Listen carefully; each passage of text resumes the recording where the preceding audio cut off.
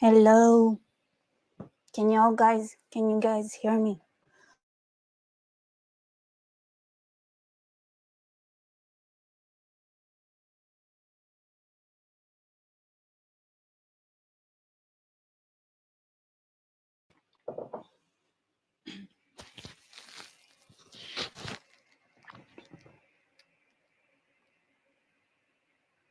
Hello. Oh my god, I can't believe I have something in my throat right now. Can you all hear me? Is everything good?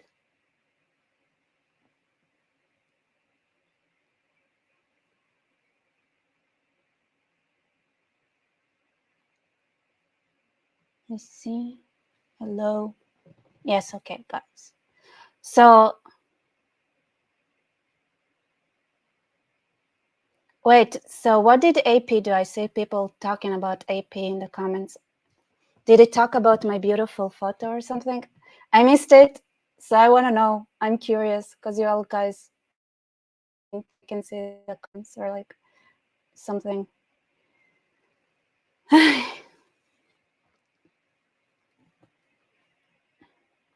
So I saw this article. Oh, cool. It's nice to be a celebrity. Having celebrity friends. Okay. Thank you. Thanks, AP. So I saw this opinion article by Thomas Friedman that I don't know how highly regarded it is now. I remember he at least used to be pretty highly regarded. And the thing is, I don't think I've ever seen an article of his where I thought like, yes, this person definitely knows what he's talking about. Like he's been doing it for years now. I think he's been wrong in so many, like, it's not that I read every article of his. It's just that every time I read it, I just thought it's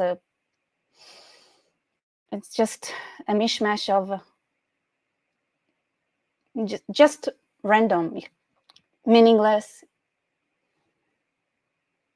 And still is like he's working for the New York Times for years now. Like, and I was wondering, like, at some point, did anyone was like, hey, dude, nothing you say ever makes like ever proves itself. So maybe you should like re-examine or maybe go back to your books or maybe study a bit or something before writing another nonsense, like something. I feel like he's just like a broken clock or something. It's just why Israel and Saudi Arabia are trading places. First of all, why trade places? Saudi Arabia was the original OG like country that the West hoped to cooperate with, right? It was the OG in this area, not Israel. Israel came later when they realized it's a bit hard to trust the Arabs long term. Like there are like there are videos and photos of Western leaders visiting Saudi Arabia in the 40s, 50s, and let's not talk about like the Clintons and how involved they were with Saudi Arabia and everything like that. So I don't know where's the trading exactly, where's the trading places part at. If like first there should be like where's the trading, like where, if it was always Saudi Arabia was always kind of this partner, right? So the only thing that happened is that there was backlash about the involvement of the United States with Saudi Arabia because of their human rights violations and their treatment of women and things like that came from the people, that said, hey, it's not that cool to cooperate with them. So there was some backlash about American cooperation with Saudi Arabia. So it went a little bit more to the backstage because of public opinion. But what's the trading here? What's changed? What's the difference? Like, what changed? Like, what changed? You're supposed to be an expert. What changed?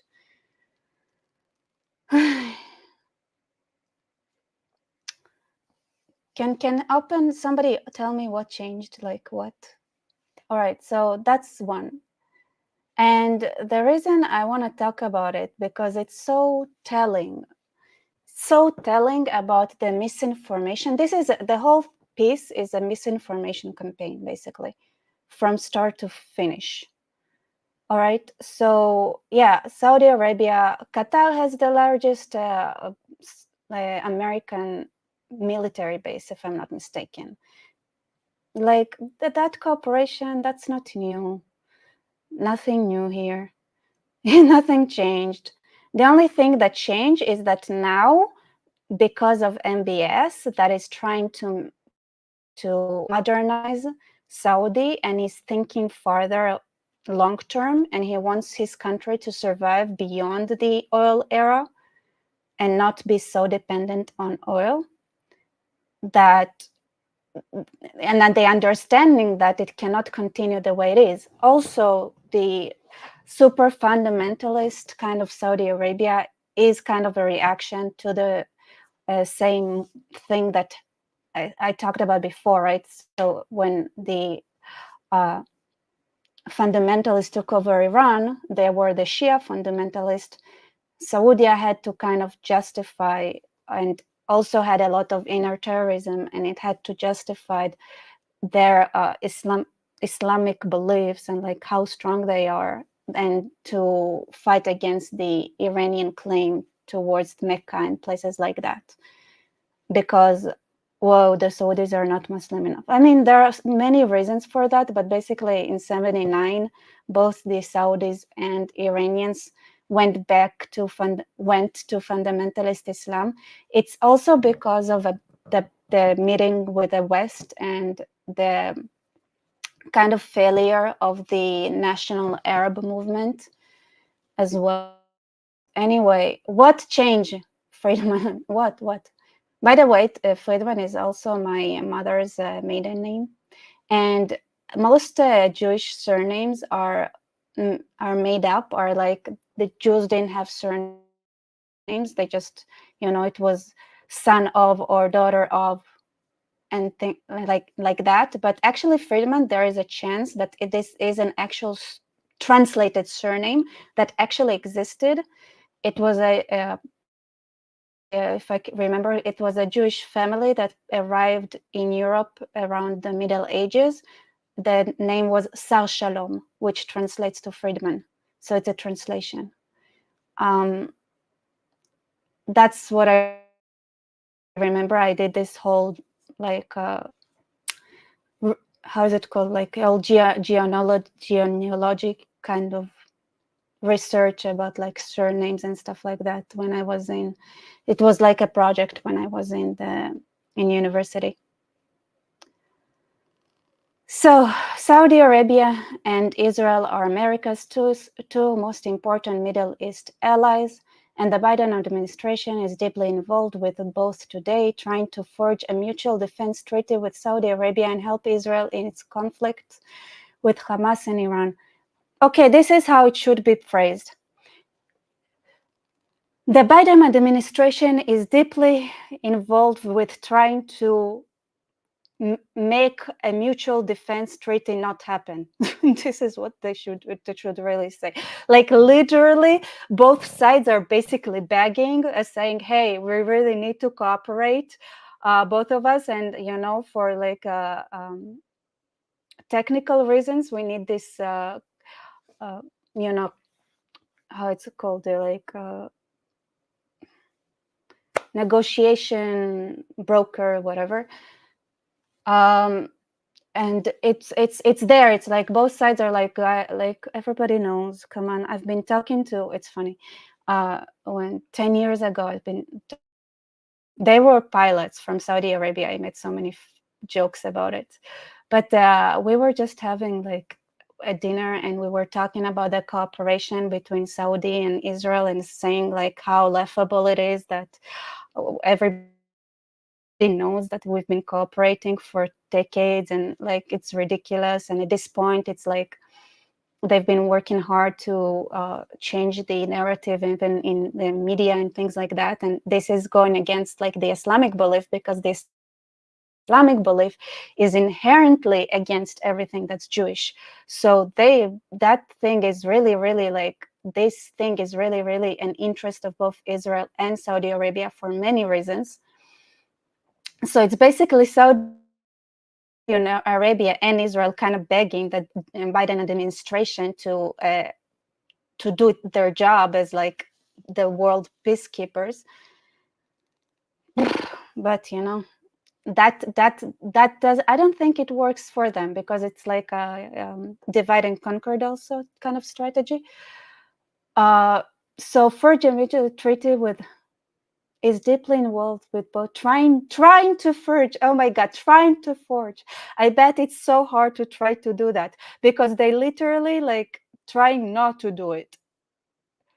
That's what they're trying. They're trying to go like, they're trying to add their own like, it's like, instead of brokering two sides, they'd be like, okay, this is the Saudi request, this is the Israeli request. They come and they get the request from both sides, and then they add up like they add paragraphs that represent neither sides. They just represent American interest, which neither side wants.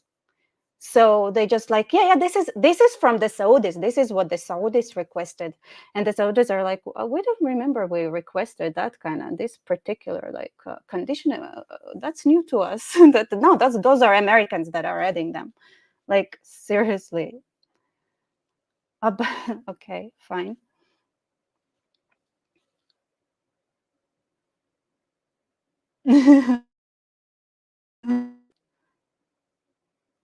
I was like, all right.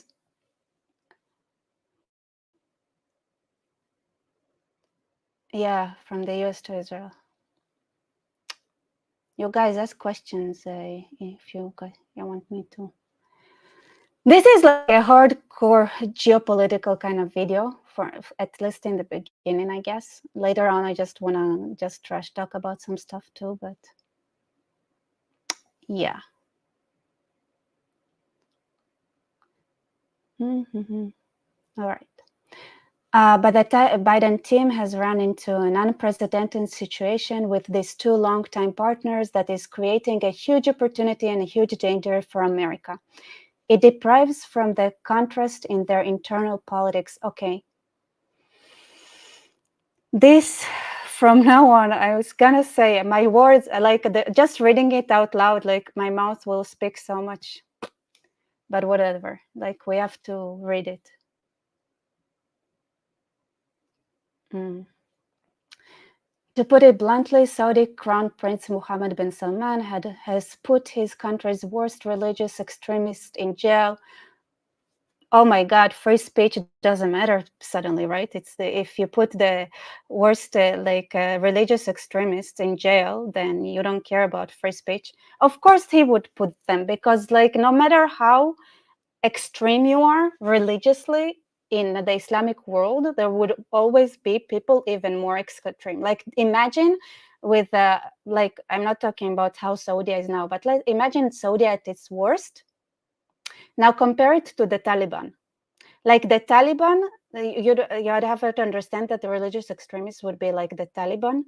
And it's like, oh no, we need to be more like there is more, like more extreme you can go to. What do you mean a woman cannot drive? A woman should not exist at all. Like that's the other, like there is always more fundamentalist to go to. And then the thing is that it's unsustainable. You cannot have a real governance. You cannot have a successful country. You cannot even collect taxes when you have that kind of mentality. Like right now, everybody in Afghanistan, most of them are just starving, and there are no, when the population is starving and things like, when things are that extreme, then that's like the worst, is like you're a king on basically of rubble, because there is nothing, there is no one to take even taxes. It's nobody, nothing, no way to to even have money.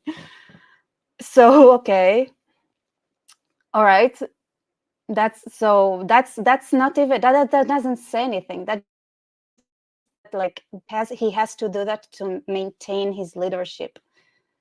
It doesn't say anything about like anything. Amen. And then, while Israeli Prime Minister Benjamin Netanyahu has put his country's worst religious extremist in his cabinet. Okay, even here, if you're talking about like the religious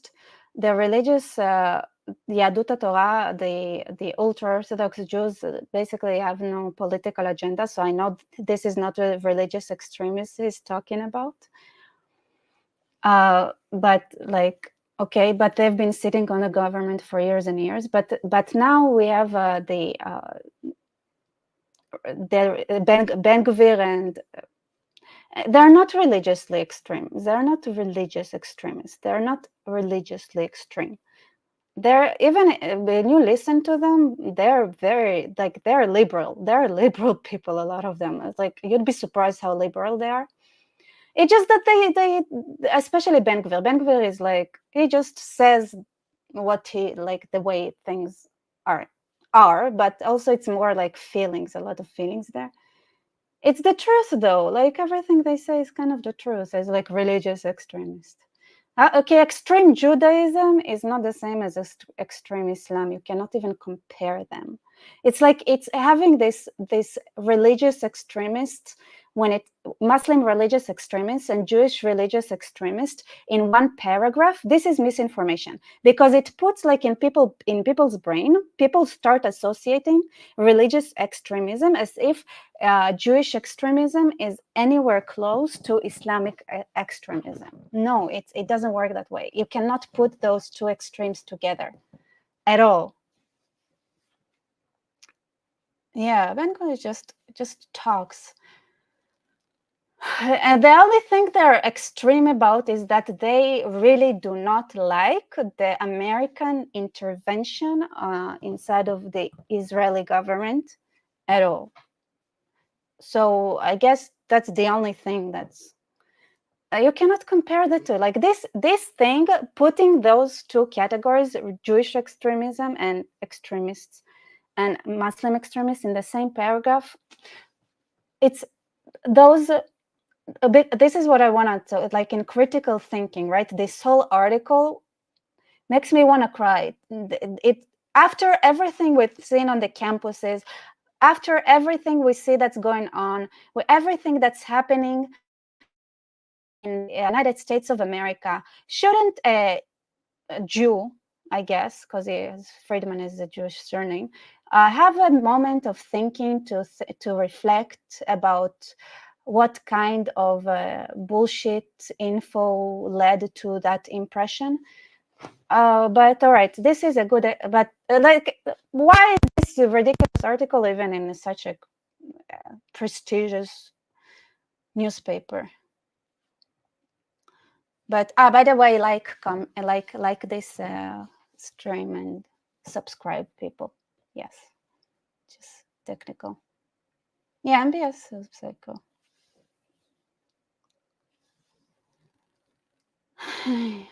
So those things when you put in one, it's the same. Like you put Islamophobia next to anti-Semitism.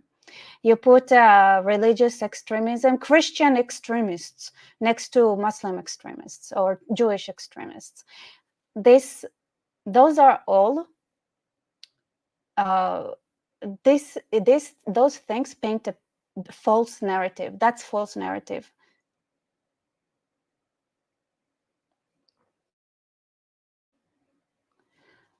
And therein lies the tale. MBS, with his laser focus on economic growth, after several decades that he has described Saudi Arabia as having been sleeping, has unleashed the most revolution ever in the Desert Kingdom, and one that is sending shockwaves around the Arab world. Yeah, the dude has a brain. That's definitely an outlier in the Arab world. I agree with that 100%. It has reached a point Arabia are now putting the finishing touches on formal alliance that could isolate Iran, curb China's influence in the Middle East, and peacefully inspire more positive change in this region than the U.S. invasions of Afghanistan ever did militarily. I mean, I don't wanna talk about the invasions of Iraq and Afghanistan. They are like a headache of their own. But isolate Iran. What do you think? Like with this alliance, do you think the Iranian nuclear program is gonna solve itself? Is it not still a problem? The condition that the Saudis have now, if the world is not willing to do anything about the nuclear weapon program that Iran is having, is to have their own nuclear program. Yeah, so that would be an amazing world, right? The peaceful resolution. Iran has to get nukes, and Saudi gets to have nukes. This is the new way of peaceful resolution. This is the new way of thinking peacefully, by having the most radical Shia government and the most potentially, right? Who knows who's going to be after Ben Salman? Sunnah radical government. Both have access to nukes. This is what this thing says, right? This is their condition. So what are you saying? Like, what are you saying? You're gonna switch Israel with Iran, and suddenly the Iran nuclear problem is not gonna be a problem? The nukes that Iran is like, that you think this? Of course, they care about it. It's still a problem. It's still a real problem.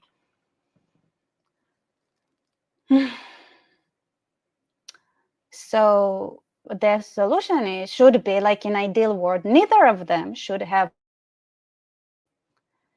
MBS's government did something appalling when it killed Saudi journalist Jamal Khashoggi, a liberal critic of the United States in Istanbul in 2018. I mean, yes, and I don't know, like, Israel gets so much flair for bombing Gaza, right? And everything like that. What about like the fact that Saudi has been bombing Yemen for more than 10 years now, I think, and there are 2 million children in starvation conditions there, and there is constant war between Yemen and Saudi. All right. I mean, I just say, like, just have the same kind of standards, right? I want to see like, you know, the extremism on the Israeli cabinet is just saying that we have to eradicate Hamas from Gaza, and that it has to be done, and there is nothing, like, it doesn't matter like how much the United States and that technically Israel is not the one that is responsible for the humanitarian relief, because we are at war and they're literally our enemies. Why are we supposed to feed our enemies? Okay, that's the Jewish extremism. But where's the talk about what the Saudis, like the government, like MBS, what is he thinking about the about like the situation in Yemen and inside of Saudi as well, and all the arrests and all the fight against we put in jail our Muslim extremists, and then it makes us like radicals. And then when Saudi does it, oh, good job, Saudi, amazing, you're doing so good, wow. Oh, god damn it, like, yeah, ridiculous. All right. Okay. So we're saying here that maybe there is a little bit of a red flag, that maybe like there is a chance that there is a little bit of a free speech problem, right? Not that I think there necessarily there is an option when it comes to those countries, right? Those. You cannot, like the Iraqi, let's have elections in Iraq, let's have election in Afghanistan. It leads to nothing, really.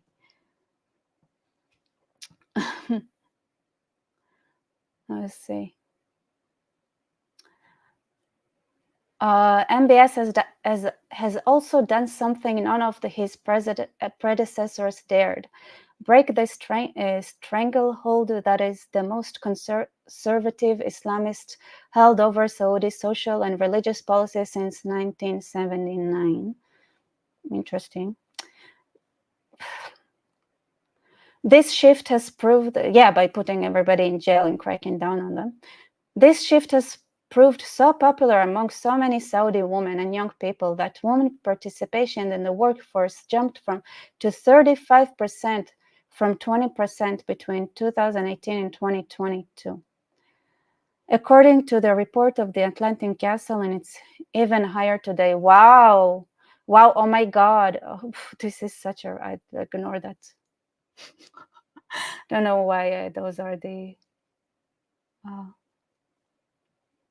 I see what's here. Lauricetto, thank you for your support. Wait, I don't know why it's not being stored. It was there. Hi, Rebecca. Friedman always made me cry. He's from Beirut to Jerusalem, 1988. Did a lot to start the problems. We now see every day. Proto-Zoomer in the worst way. Be well, strong one. Yeah, I mean, I don't know what's the deal with him, really. I think maybe it's just... what is it like? What like? Has he ever been here? I'm just kind of curious. He reminds me of that dude that I met that was a professional journalist and couldn't tell the difference between Arabic and Hebrew. It was so easy to. He went around as if he knew what's going on here. Muka, thank you so much for your support.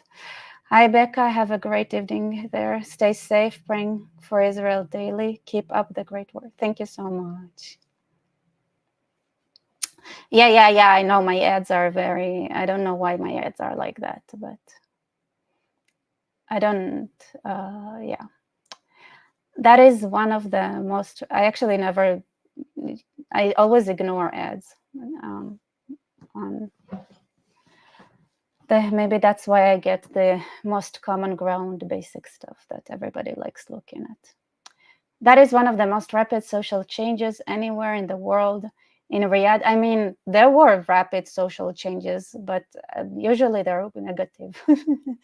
In Riyadh, you see its impact on the city street, in its coffee houses, and in government and business offices. Saudi women aren't just driving cars. Wow, they're driving. They're driving change in the diplomatic corps, in the biggest banks, and in the recent Saudi Women's Premier Soccer League. Like, listen, like this is like so basic. It's so basic. So basic. Oh my God. Thank you so much, the Devious Orange. 5 people are now new members. Welcome, new members. This is so embarrassing. Like, you know, like why do we bother? I think we should, like, if we become super radical and then we like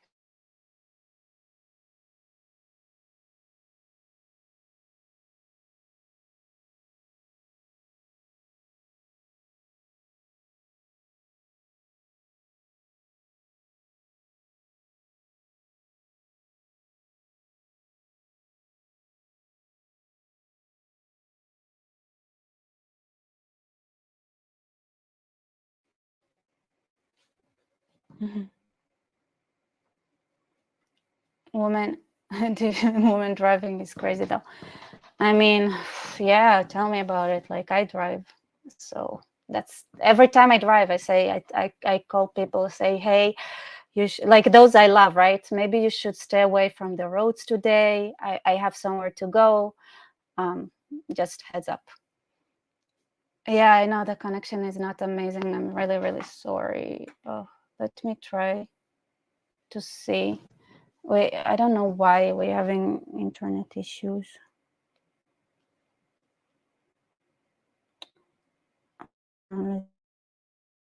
If I can do anything about it. All right. Okay. Right. MBS radical new vision of his country is nowhere more. I mean, oh my God. Basic human. Women are almost human. Good job. Like, I mean, what's next? They're gonna say that women have like brains and they can think and stuff and like voice their opinions. Like, people are going crazy these days. Like, Saudi really is leading the.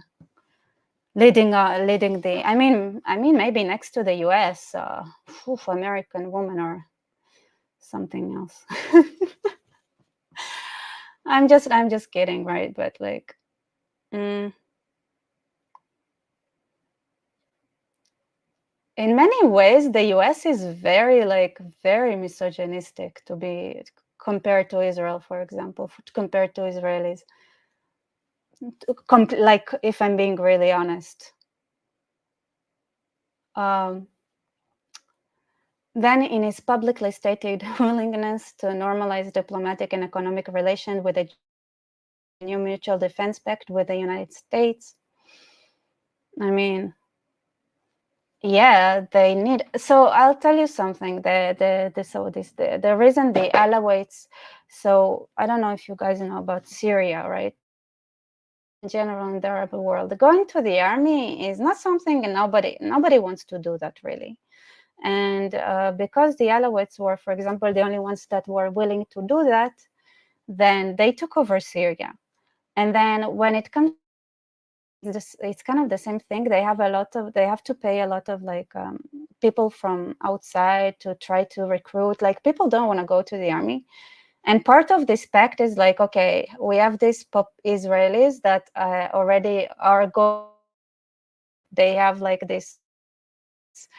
So why risk your own citizens when we can have a pact with with our neighbors and then they should do most of the fighting, and in return we will not arrest them.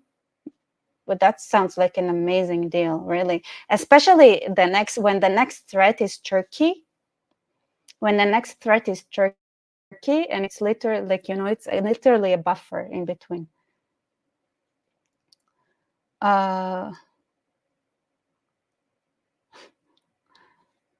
So there are like so many reasons to do this, like economic reasons for both sides. Economic reasons are for both sides 100%, but the Saudis, the Arabs, like, they would never even like come to that unless they really had to. Also, like, for technological reasons and many other reasons that they want to have this pact with Israel. And another major reason is because the United States is flaky. They cannot trust the United States. Nobody here can trust the United States.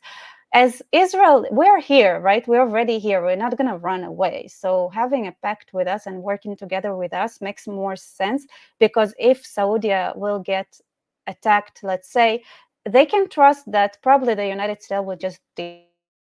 So they do need something a little bit more reliable. And working with the Israelis is also part of it.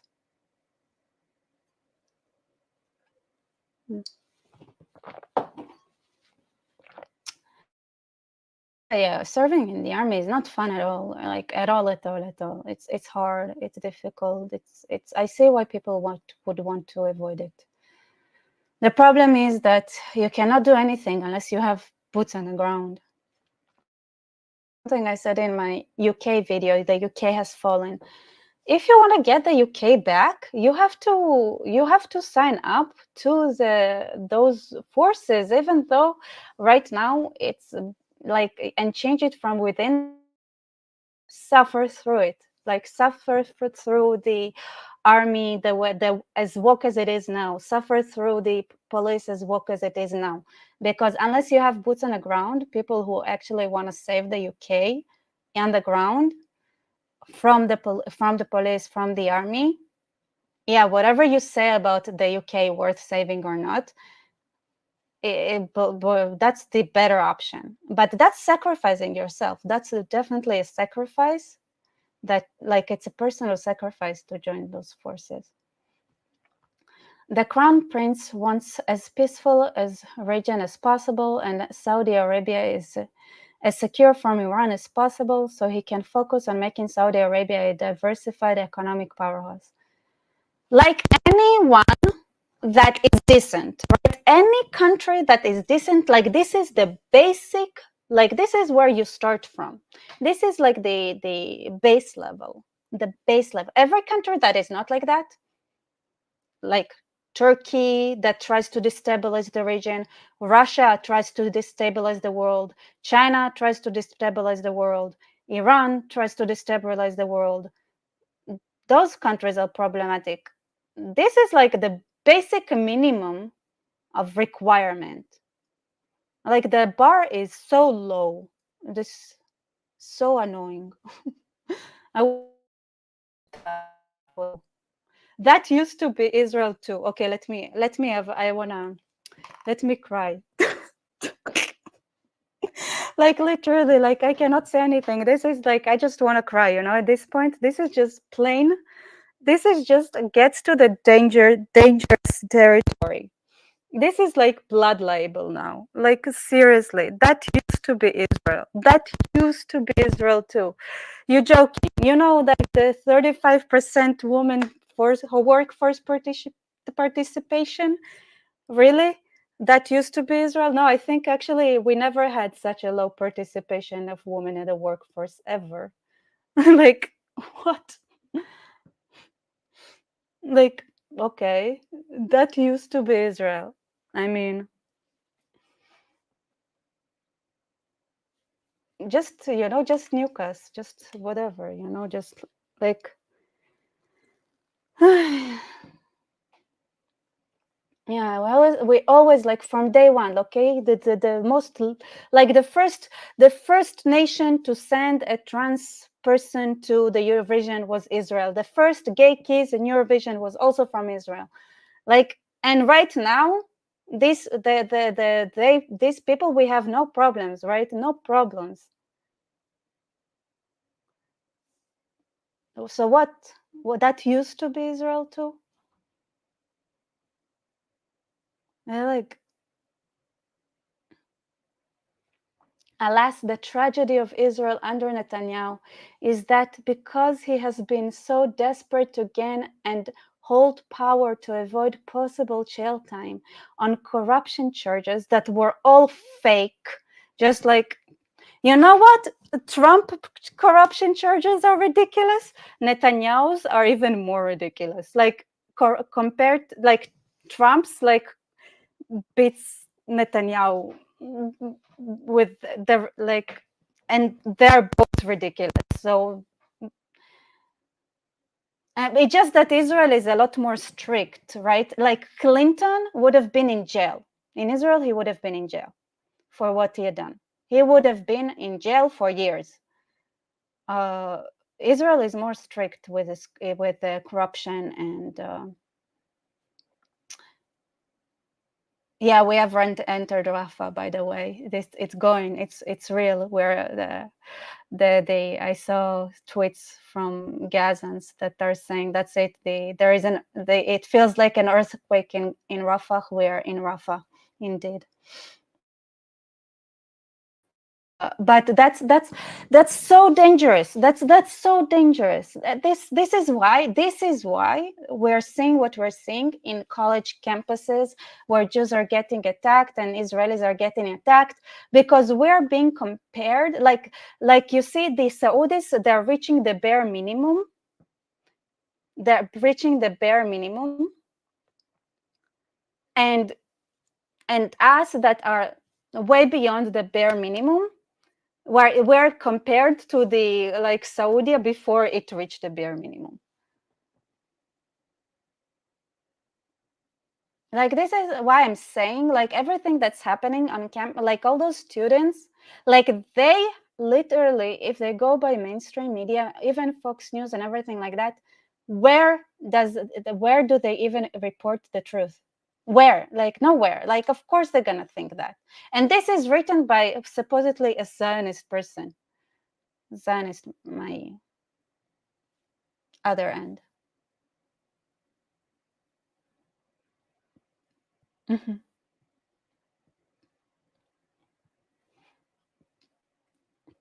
whether Trump is guilty, I believe, I don't know, the American system is corrupt in its base.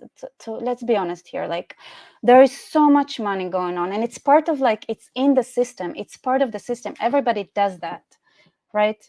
So the standard in Israel is way different, it's way more strict, like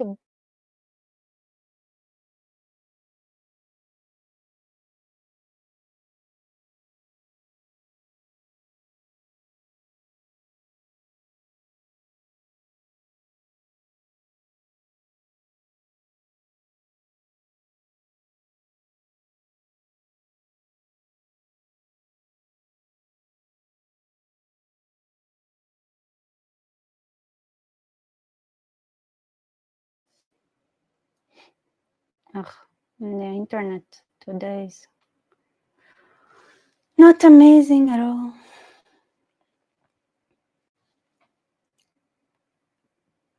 I see. There's some comments. Yep. No, I didn't. I just. Can you guys hear me? I have to see what to do with the internet. So annoying.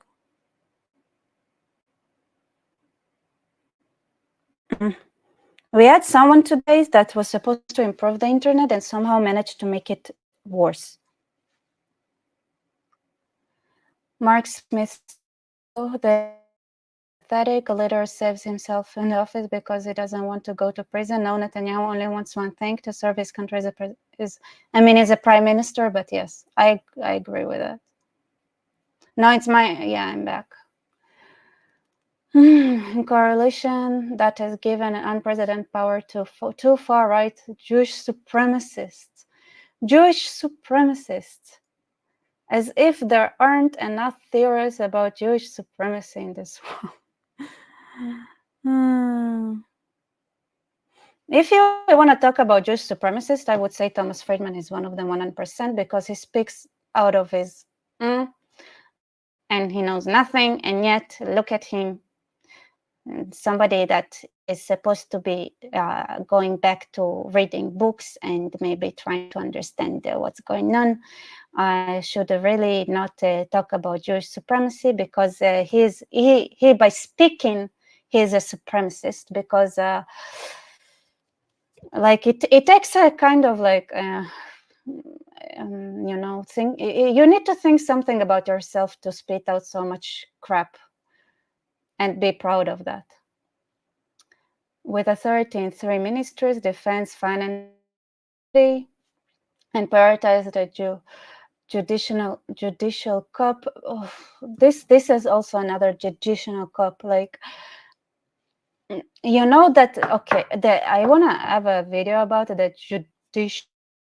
Like, this thing is it has to be like judicial, like what they try to do has to be done, because there is something in Israel that doesn't exist anywhere else, which is super problematic, that needs to be cancelled, because we had this one judge, Aaron Barak, which was you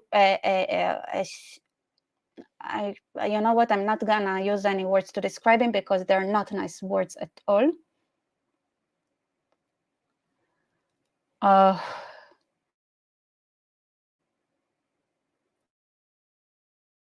It's the Ilatas, there's something like they're not like the judicial system in Israel is the least trusted public system, the least, like at the bottom. Nobody trusts them. They're not trustworthy at all. They don't do their job properly, and part of it is because there is a certain thing that a Supreme Court judge, Aaron Barak, managed to insert into the jurisdictional system. And then what happened is, just like you have all those educated anti-Israel communist rallies, we had the same thing. And I got to talk to people about it that were actually participating in these rallies.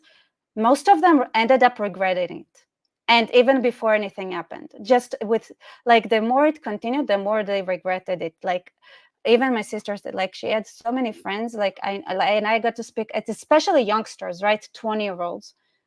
And right now it's mostly like everybody that's left is like the 70-year-olds. That's it. Like the 70-year-old uh, kind of like those like who are basically afraid of change and don't like they miss the communistic ideals and like the socialist ideals that were was established, but they were no good for anyone except those who were close to the plate, as we say. Most of the youngsters that I got to talk with ended up regretting participating in those rallies, like after realizing what it was really about and like how it was encouraged and paid for by foreign powers. Except like the thing is that at least they weren't deadly. At least they weren't wishing.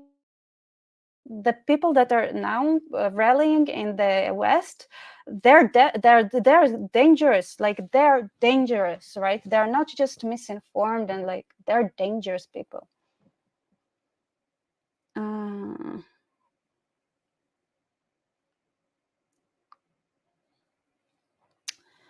Jax, thank you so much for your support, Jax. The corruption makes for untrustworthy partnerships.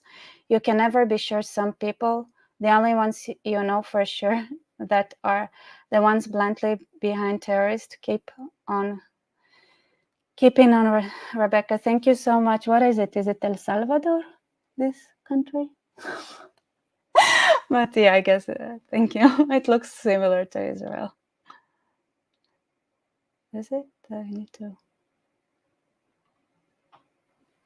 No. So maybe was it? What was this? I need to. No, South Africa, but the other flag was not Israel. It was. I'm trying to remember. Oh, anyway. So I think something in.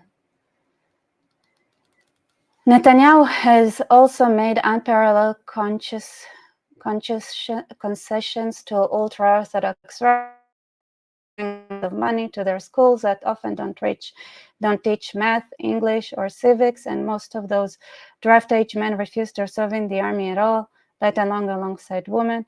Yeah, why does it even bother you? Like those are not the ones that are sitting in the cabinet. Like those are different. This is different type of extremism. This is like, yeah, I agree. Like, but they are why are what's there that is bothering you, right? It doesn't have it. Like, does it bother you that they don't go to they don't serve in the army? I mean, yes, it is a real problem and everything like that, right? Those Orthodox rabbis that that's a real issue, like, but it's in completely internal issue, right? And and then again, speaking of women, the women do learn math, English, and civics. And right now inside the ultra-Orthodox community there is a whole movement. Apparently women are starting to refuse marriages. They're saying they're not willing to marry those men because the men are they're not on par. So the education level, like the women are like there starts more and more rebellion from women, especially young women, because young women get high level like modern education as well as everything that's religious, but the men don't, which creates a real like difference. And I'm not even talking ideologically, like women are starting to complain that they can't be on equal terms with the men because a lot of men are just dumb, like literally just dumb. And it starts like, and there is like an inside rebellion about it, just by the way. But this is a completely internal issue that has nothing to do. Those Orthodox rabbis are not the ones that are calling to fight in Gaza. Those are the ones that had never bothered to check what Islam even is and are thinking that you can talk to them because they are also praying 5 times a day, and because they took everything that is, the things they copied surface level things that are Judaism. So what does it have to do with anything? Because this and the paragraph before, they're contradictory, because the number ones, like this, like, those who are sitting in the cabinet, the Jewish extremists, like that you're talking about, like Ben-Gvir and Smotrich, and those Orthodox rabbis, they're the main is like competing each other, right? They're the ones that are that have like the most like on ground real time, like they're the ones that are like bashing each other. Like they have their talking, when they talk they are like bashing each other, but like those Orthodox Jews are like forgetting what Judaism is, or versus no, those are the ones who are forgetting what Judaism is. But whatever, like this is just unrelated. I feel like I'm doing like a whole like what is Israel, what is happening inside of Israel kind of discourse here, which I think is important. Is like I never talked about the that much about the situation inside of Israel, like between Jews and different sects and different. And the thing is, like with a lot of the ultra Orthodox, there is, they don't know, like they didn't, when COVID started, there was a huge backlash because they wouldn't go, like they didn't follow the restrictions that were issued by the government on the population. And the main reason they even issued those restrictions is because of them, is because of the ultra-Orthodox population that has huge families, and they were had the most risk. And then when everybody were starting to outrage, they came to the rabbis. The rabbis were like, they didn't even know that there is a virus going on. They didn't even know that there was a virus. They were so busy, like in their own community, not knowing what's going on in the world. They started dying. Like they are the ones that started dying, and they didn't even know what hit them, and they didn't even know that and then when they realized, they started like having those urgent messages saying, hey, you have to isolate, hey, you cannot do that, you have to keep keep distance from each other and everything like that, because they were the main victims of COVID. But that was like, but they're so stuck, like they're so stuck learning, studying, that they lost connection to reality. They could, like, really, they did. And now it's like it's really it is in a blowing point, right? But it has nothing to do with any of that. Can we join the love? Can we join?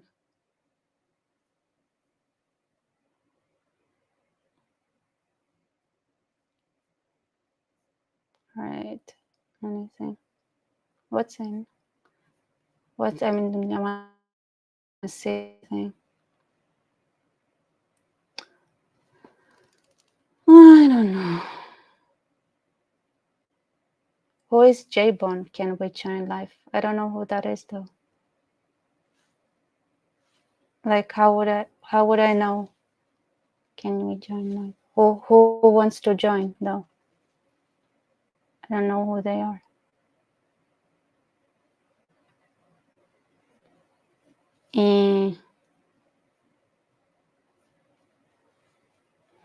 Of course, Saudi Arabia is an absolute monarchy, and Israel is a democracy.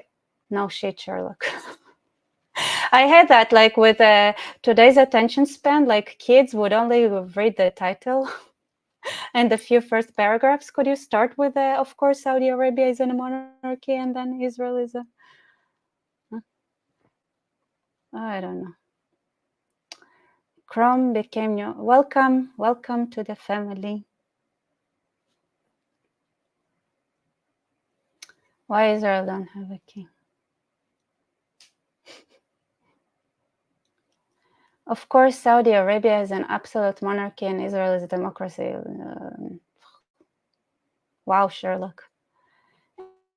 Changing, no Israeli prime minister can. Still, leaders in both have to gouge what will enable them to stay in power, and those instincts are driving Netanyahu to make Israel more like the worst of old Saudi and MBS to like the best of the old Israel. All right, I'd say it. I give up. I give up. I'm gonna join the riots. I don't know. Like, I give up. That's it. I give up. I like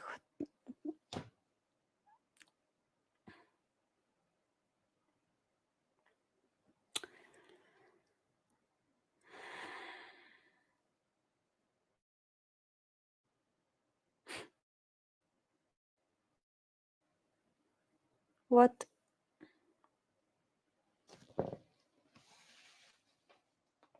what are you writing here?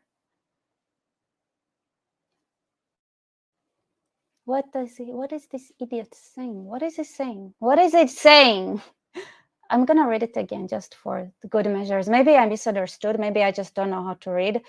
English is hard. It's a difficult language. It's not my first language. It's not even my second. So I should read it again. I think I misunderstood. I think this is the situation. Still, leaders in both have to gauge what will enable them to stay in power. And those instincts are driving Netanyahu to make Israel more like the worst of the old Saudi Arabia, and MBS to make Saudi Arabia more like the best of the old Israel.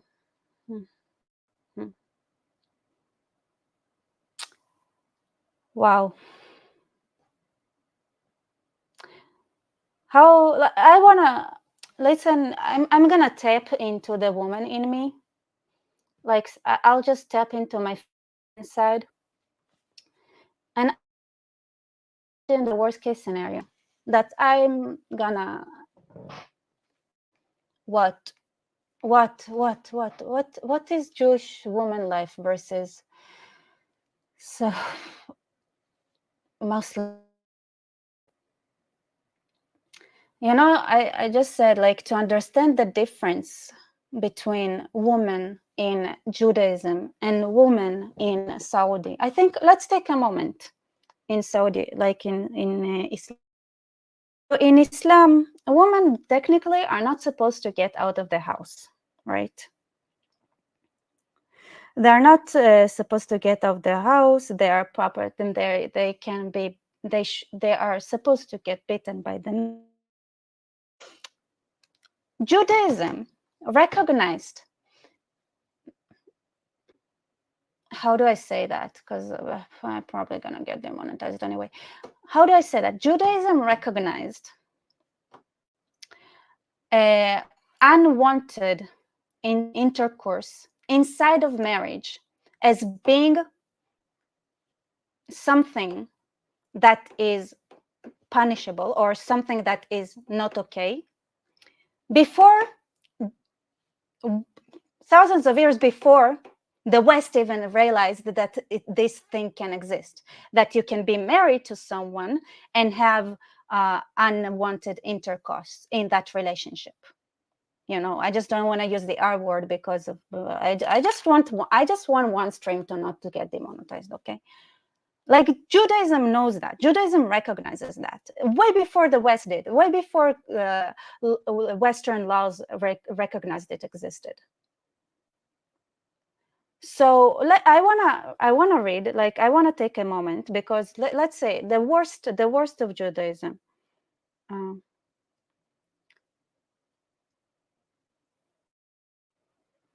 Because every Friday, Jews read the description of the ideal Jewish woman. All right.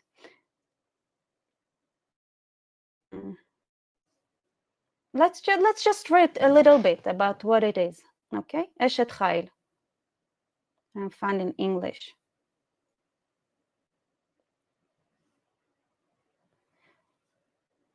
What precious find is Eshet Chayil, a woman of valor. Her worth is far beyond rubies. Her husband puts his confidence in her. See, the husband trusts her, right? She doesn't have to be chained to the kitchen like a Muslim woman has to, because her husband trusts her. and lacks no good thing. She is good to him, never bad, all the days of her life. I mean, that's a bit optimistic, but sure. She opens her hand to the needy and extends her hand to the poor, meaning she has that ability. She is independent enough to actually do social work. She's out there giving assistance, helping the poor. She has this ability to interact with the poor, right? Uh, she is clothed with strength and splendor. She looks to the future cheerfully. We're talking about like women have to be like the woman. The ideal situation is when women are happy and nicely dressed and are strong. She opens her mouth with wisdom. There is wisdom that women share, right? Versus women have no wisdom in Islam. There is no reason to listen to them in Islam. Their brain is half the size of men in Islam.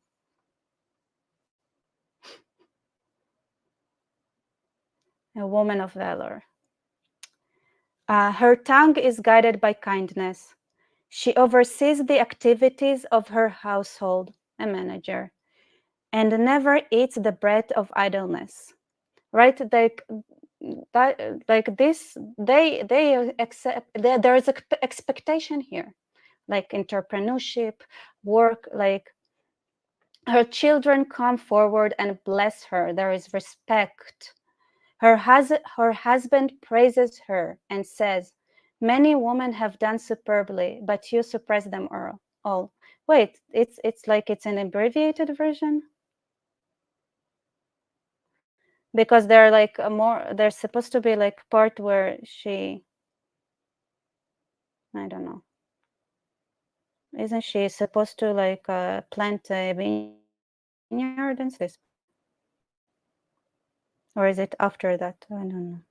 Anyway, and she brings food from afar, socher, no, come on, basic, and she sells um, belts to the Knani, to the Goyim. Like she has interaction with the poor, where she goes around everybody.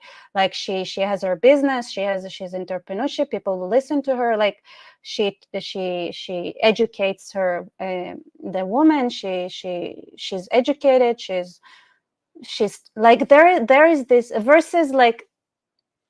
And then the amount of expectation, like men are very like there is a lot of expectations from men towards women. Yes, there are problems in today's Judaism when it comes to treatment of women in like certain things, like being Aisha Guna. This is something that needs to be solved. But how can you compare that? How because the worst of Judaism, like the most strict Judaism, is the like is the like this is literally feminism,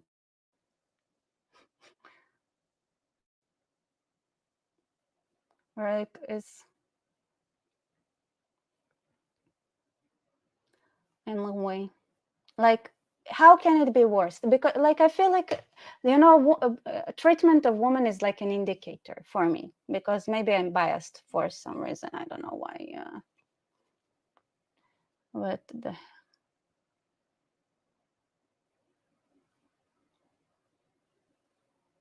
anyway.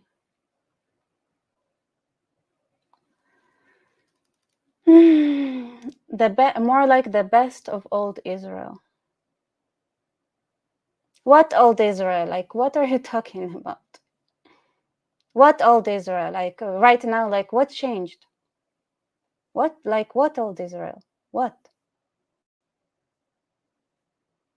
Like,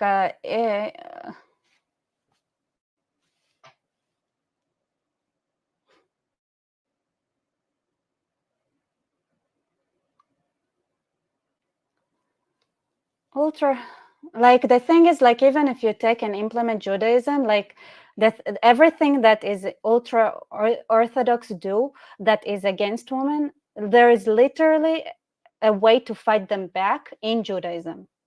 They follow Judaism when they do that. They just do it because like they got those biases somewhere else. So, and especially like in Judaism, the thing is that I want to stress is that women that fight for their rights, every time that that it happens in Jewish sources, then they get rewarded. So the Judaic thinking, if women stand up for themselves and speak up, then the men, like the trend when you see the thing is like the men comply, like they are like, okay, we appreciate that. Like this is the example. And there were times where there weren't a lot of women that could speak up, but every time a woman did, the ruling is in favor of women. Mm-hmm.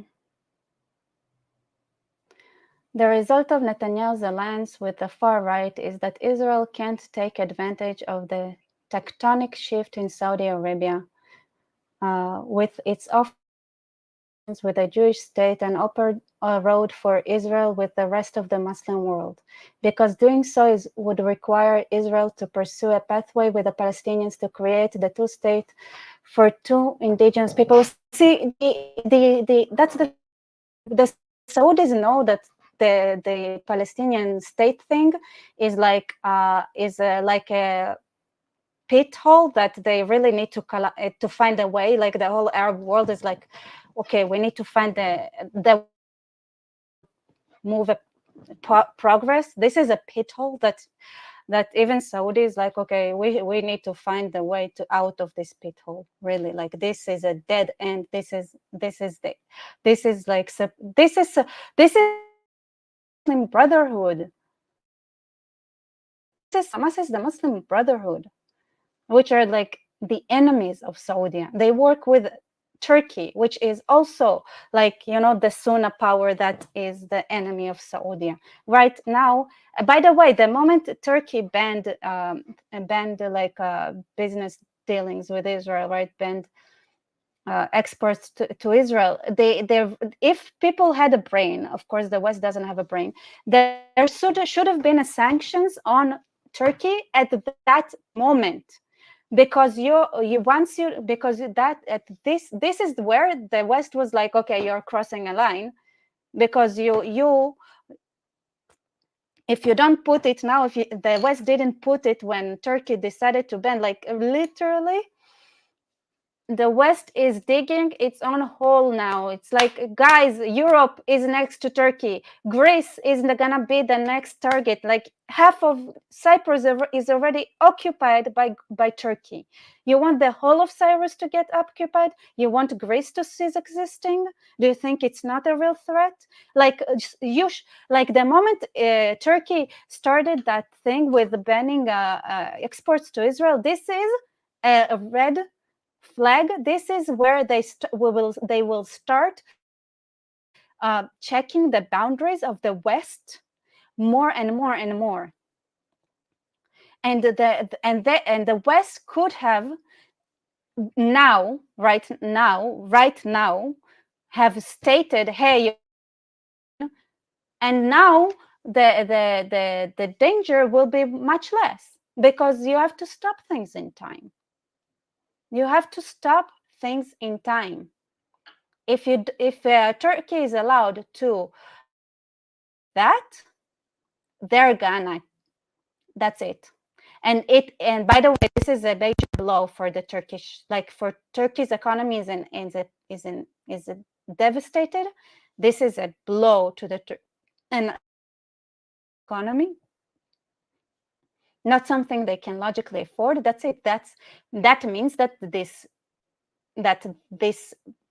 pit of devastating the economy and everything that they're doing, there's no way out. They're digging it deeper. it will get it every step like that would make it harder to climb out of this. So the West, when it didn't react to that, that's directly Europe. That's not West Asia. That's not Central Asia. That's Europe. That's Europe. And let me say, okay, I warned you guys. I warned you, like, please note that, because when the Europeans are gonna start blaming the Jews that we didn't warn you about Turkey or something, then I just want to say that I did. So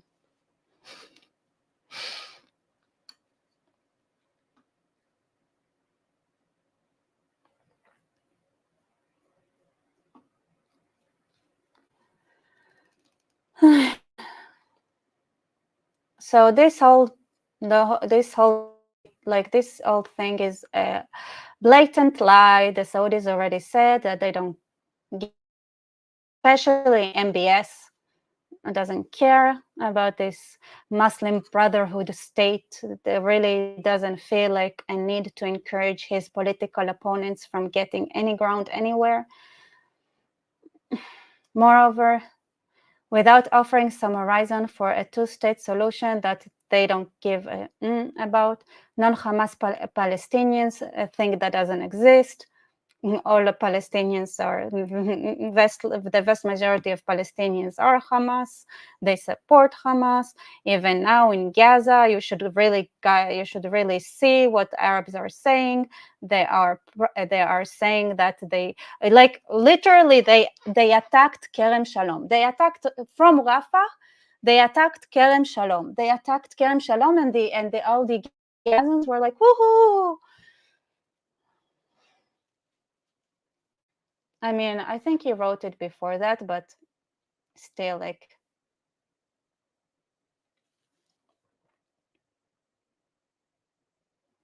oh, can you not hear me? Is it that sound?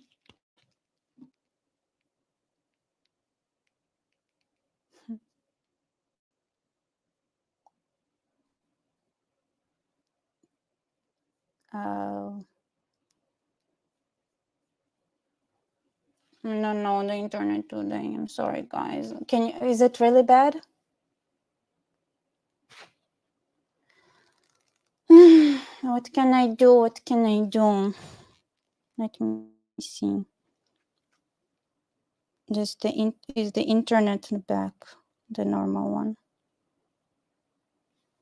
Let me check.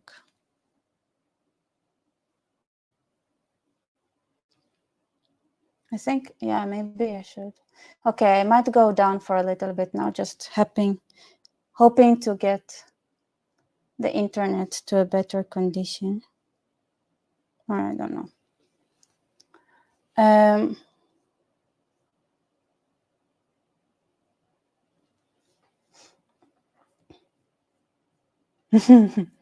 Thank you, Pierce. Taylor, my audio is fine. Thank you.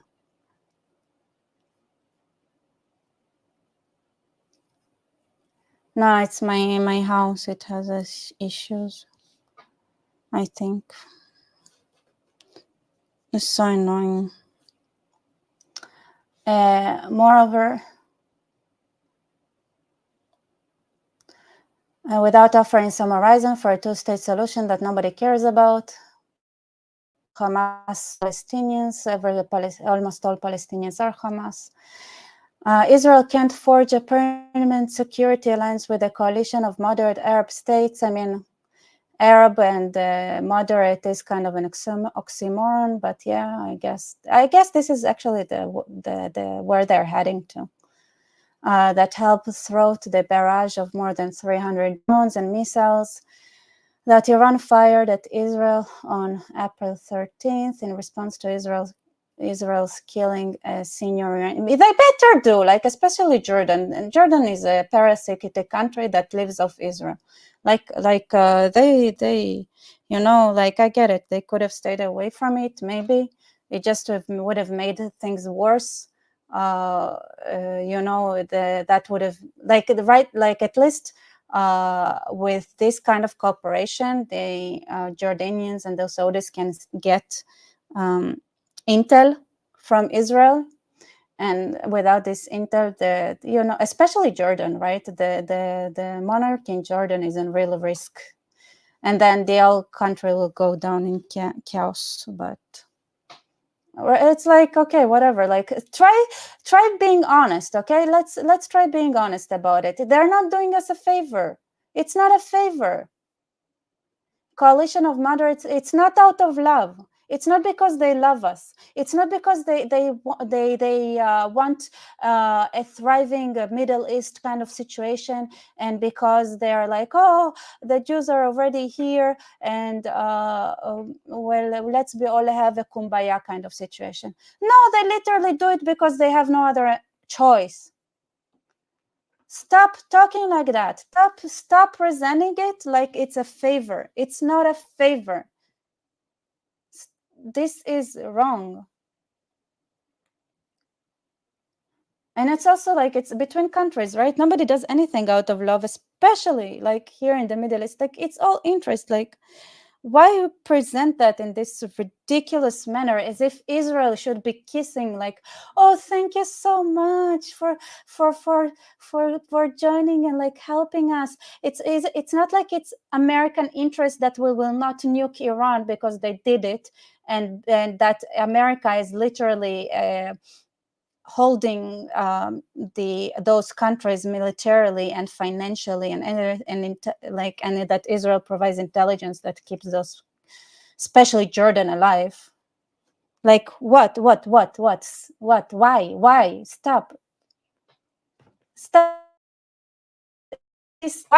Why this person gets like an expert position? Tell me why, please. Can somebody explain? Can somebody please explain it to me?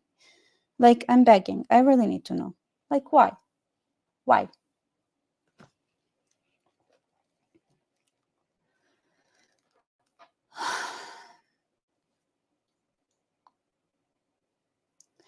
Iran fired at Israel on April 14th in response to Israel killing a Syrian Israeli military commander.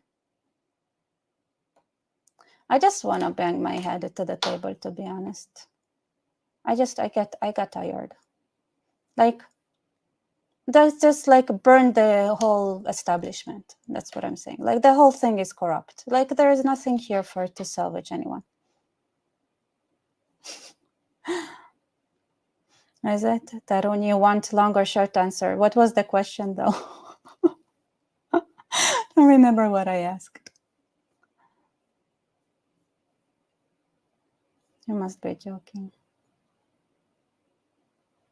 It's an article that was published in the New York Times about Saudi replacing Israel as America's best friend in the Middle East.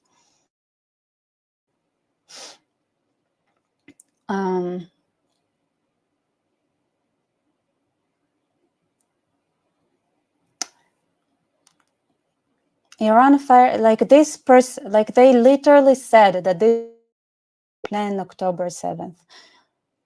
Why? Like this part should be like, oh, Israel did such an amazing job by getting rid. Like, even the Iranians celebrated it because this person was so awful. The head of the the Revolutionary Guard in Iran. Like, good job, Israel. Thank you for getting rid of someone who is just like Qasem Soleimani.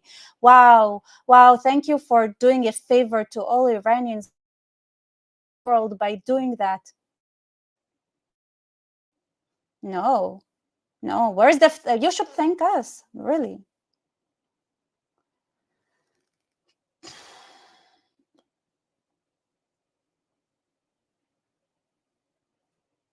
Yeah, actually, yes. No, MKW. The way the media ignores the Iranian people is disgusting. It is disgusting. It's disgusting beyond disgustingness. Like, burn it. Like, the whole thing needs to get like, just like, the whole paper needs to be the whole thing, like, just like From scratch. Start over.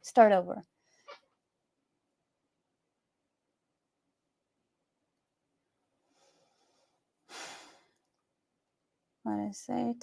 No, they are. Their government is just blocking.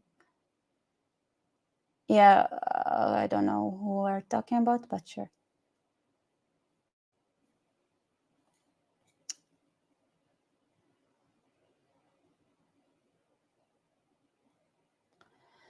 Those Arab states cannot afford to appear to be defending Israel indefinitely if Israel is not working. You don't understand the Middle East at all, okay? It's the other way around. This area of the world, they understand strength and power. This is what they understand. If Israel is getting rid of Hamas, all the Palestinians will come out to the street and celebrate. I promise you, because they kiss and lick the of those who have power. That's the mentality there. That's the way the brain thinks. The who look strong. The Iranians are thinking. They are just censored. They are censored. The Iranians are in a grave situation. Poor people. Of course, Obama will support bring BS, and then when they ran, nothing. I don't like Obama at all. Israel not working to control over Gaza and the West Bank. The heck they care about it. Really, if the biggest problem for Jordan is that, and for Egypt is the absolute opposite. If Israel doesn't take care of Hamas, it enforces the radicals in Egypt, which is the Muslim Brotherhood, which, by the way, if you talk about torturing, check out the way they are treating the Muslim Brotherhood and everything in Egypt. Believe me, it's the exactly opposite. Egypt only started cooperating with Israel because it saw that Israel is winning against Hamas. The only way Egypt will cooperate with Israel if it is that they are sure that Hamas is gone, because they are a problem. Same with Jordan, and the whole country is basically is like a pyramid made of playing cards, like both of them, to be honest. And all those things they leak to Saudi Arabia and everything. Like what? How can you have like everything so backwards? Everything. In other words, Israel today cannot summon the coalition it needs to thrive as a nation, of course, because the United States is like selling out Israel to Hamas by saying that there will be that America will make sure that there is no deal unless Israel completely complies to the Hamas demands. And basically, by doing that, they made sure there will be no deal. Sold out because they sold us out.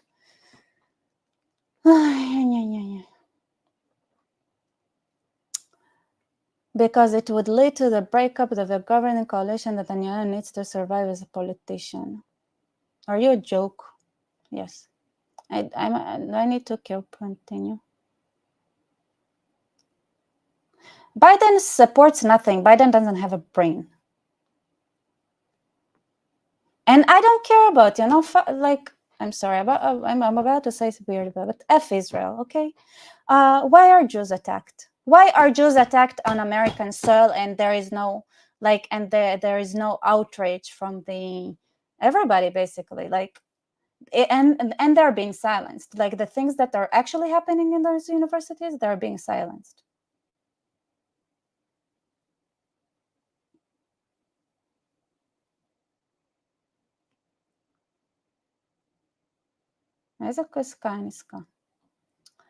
All of this creating a huge headache for President Biden, who has done more to save the Israeli people from Hamas and Iran than any other American president, but has been no.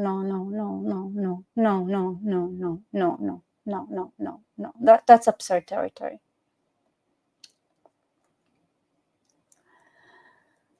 It could also cost him re-election. How about the fact that is basically a vegetable now? Like, shouldn't that fact cost him the re-election?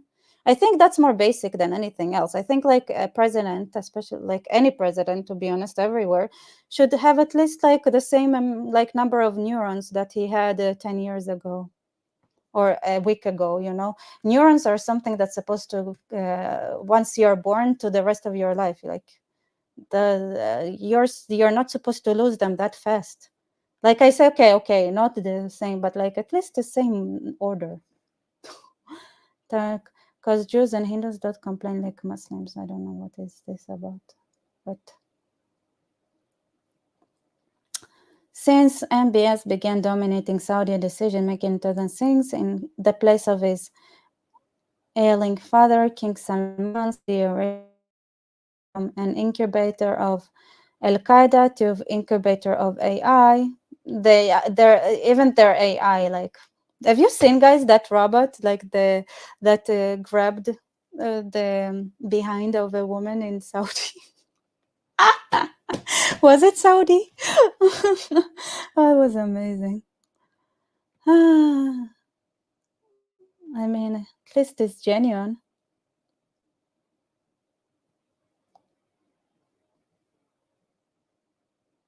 You asked why Israel is not complaining about that. Complaining about what? I forgot. Mahzava. You want hijab. You guys, should I wear hijab? I think it's gonna make the sound even worse. I can do that in the end. I'll just put a hijab on. Say lie.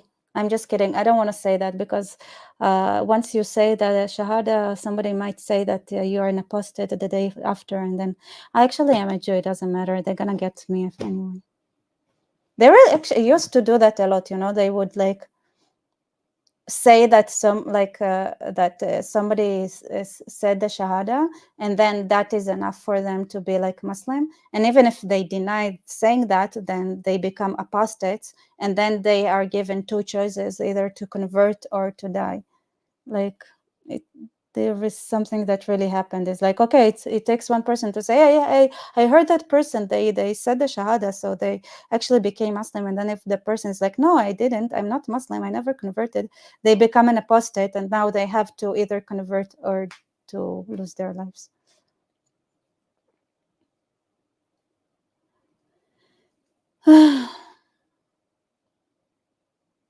Indeed, there is a lot of trouble these days between the two most reform-minded leaders in the Arab world, MBS and MBZ.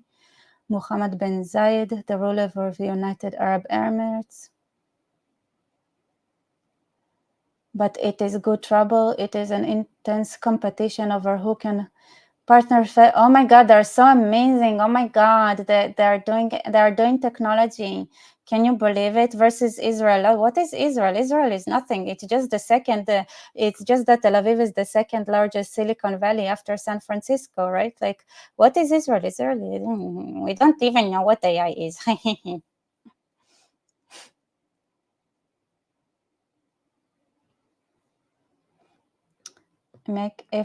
Michael, thank you. If I try hijab, you can also.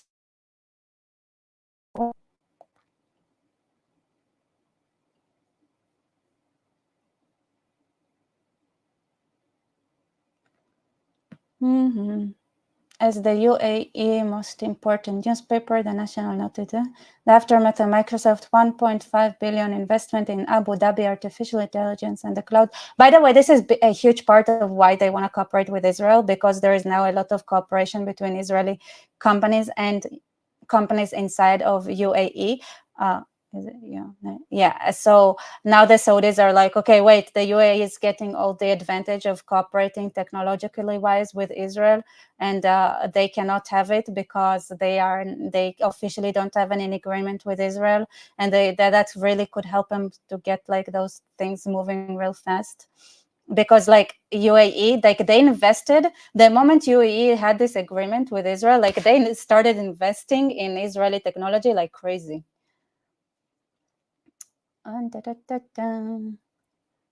It is impossible to overstate the power of nearby good example. And guys, I really think like I should I'm who am I, right? I'm speaking as a Jewish that is also a software engineer, by the way, from Israel. Seeing how me being that in Israel is actually not impressive at all, because are also they also could attend sporting events like men's soccer.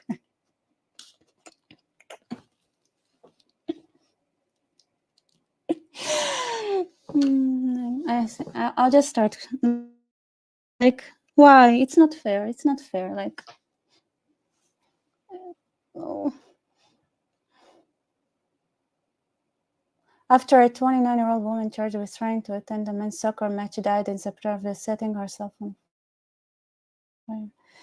Fisher's to me as well to sideline the religious extremists in the kingdom without starting a civil war by unleashing all the pent-up energy of young Saudis who wanted to realize their full potential by being connected with all the cutting edge like it happened in one day. You guys, they've been working on de-radicalizing the Saudis for years before they started doing all those things. They've been changing the way their media talks. They've been changing everything. They've been changing the education system. They've been changing everything for like in preparation for that for years now. It's not like, oh, the young Saudis, they're so pluralistic and they're so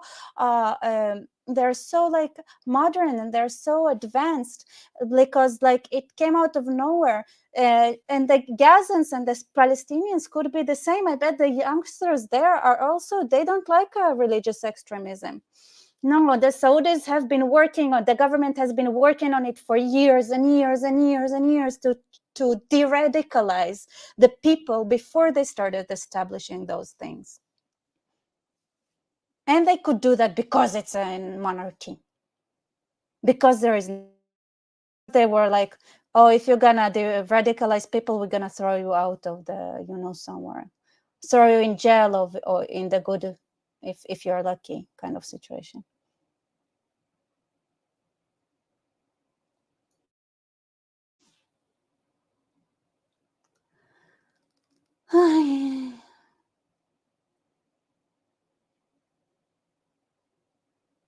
This is a very stupid.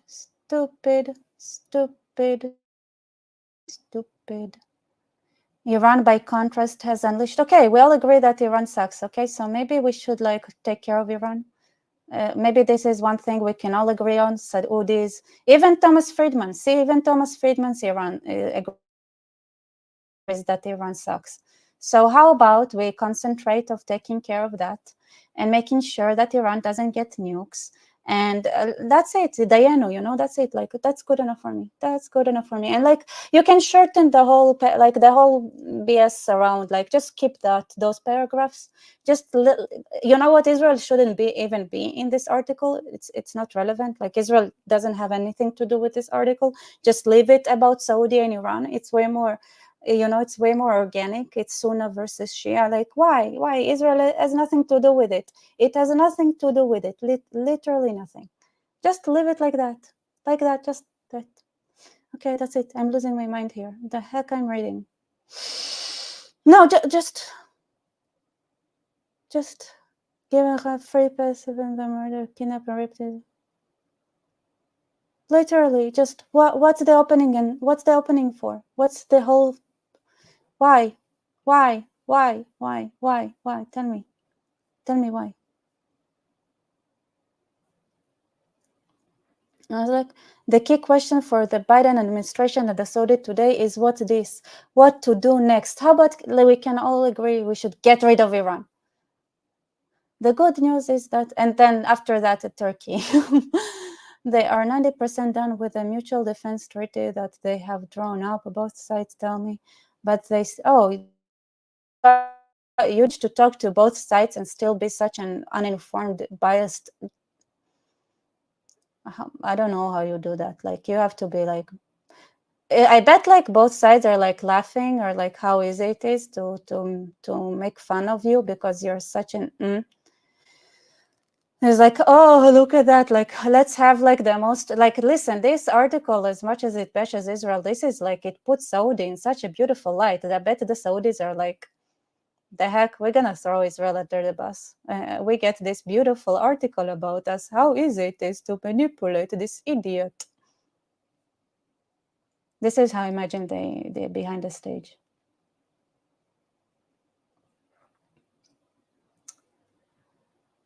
Aye. The US and Taiwan. Civil nuclear. Oh, okay. This include the precise way that which the US will control the civil nuclear energy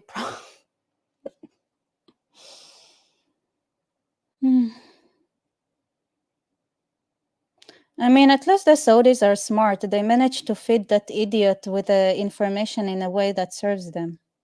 I mean, they're like they lost hope. They lost hope, so they're like, okay, at least we should get our own nuclear facilities and weapons. I mean, I guess that's like they were like, you know what, like F it all, like it's Biden and there is no way we cannot do anything with the Israelis because the Biden administration like cannot forget about the Palestinian thing. So we're like, whatever, like let's give up on that. It's like all we want is nukes. That's the only thing we want, because in the current situation, we cannot cooperate with the Israelis, and we cannot, and the Americans won't do anything about Iran. So at least we can get a nuke. And okay, let's talk and manipulate this idiot into writing an article that would help us in our goal to get nukes, because this is, at least we get that, whatever. At least nobody will bug us if we have nukes, right?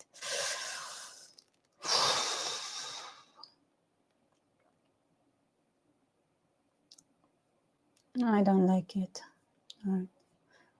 Oh, there is more.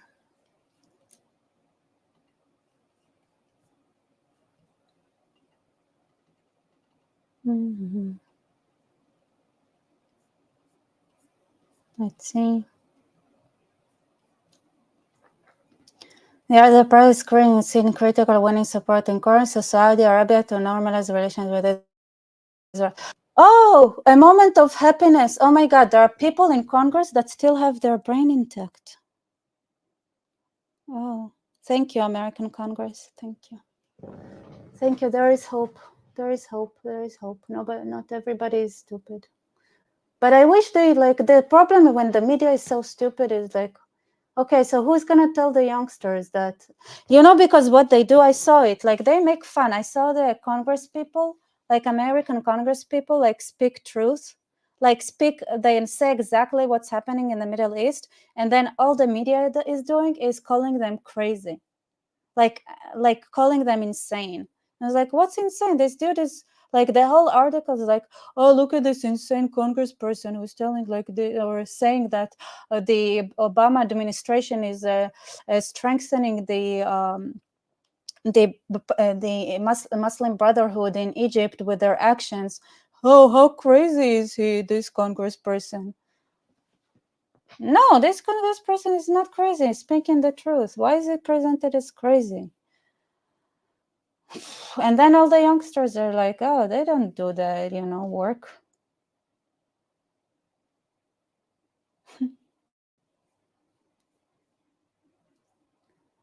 What? Israel is a Middle Eastern country and it will never be as progress as Europe? Shut up. Shut up. Shut up. Israel was the first in everything when it comes to liberalism. Women in Europe, in Switzerland, only got voting rights in 1971. Israel had voting rights for women from the first day. Like not even before the establishment of the State of Israel.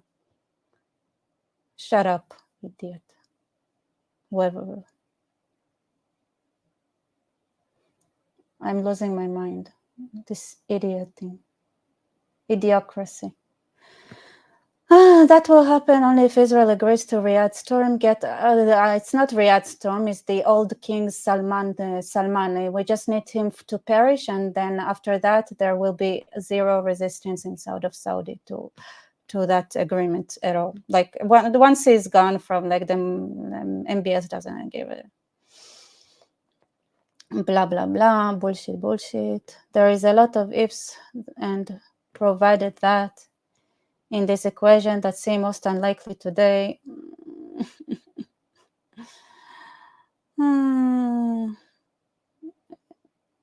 actually really wanted to talk about this videos about what Israel has to do next. This hypothetical scenario that those crazy people managed to put by Trump in jail or something, or like silence the American people that have a brain somehow, and then brainwash the whole population. Like we really like need to rethink about our alliances, right? So because the whole thing with, first of all, like be certain, like be confident that neither China or Russia, that both persecute Muslims in their own countries, like in a brutal manner, and they care at all about the Muslim cause. No, they don't. Okay, and what they would love to have is the Israeli technologies, like even China wanting to get Taiwan, like it's also for their ability to generate like the silicon chips and things like that, right? So their dream is to separate Israel from the West and get the hold of Israeli technology. Can't you see what you're doing in this, idiot? Can't you see that the world is not like that? There are no values in this. Like there are no values. There are no, like, they don't care about how democratic Israel is. Nobody cares.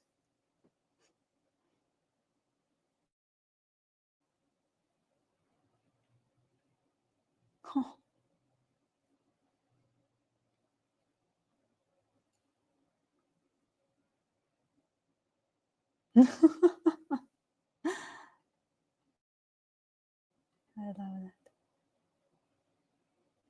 When China criticizes Israel and Palestine, I know, right? It's such a joke.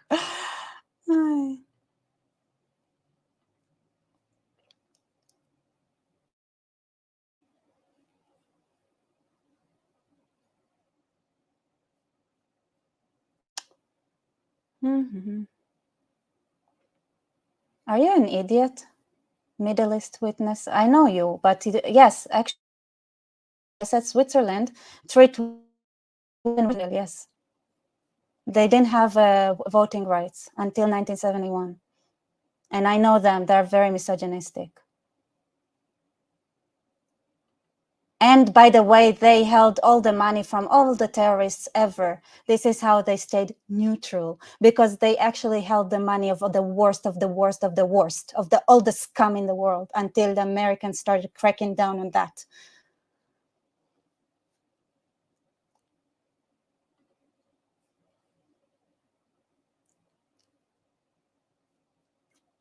Anyway, Israelis and Palestinians add up the terrible.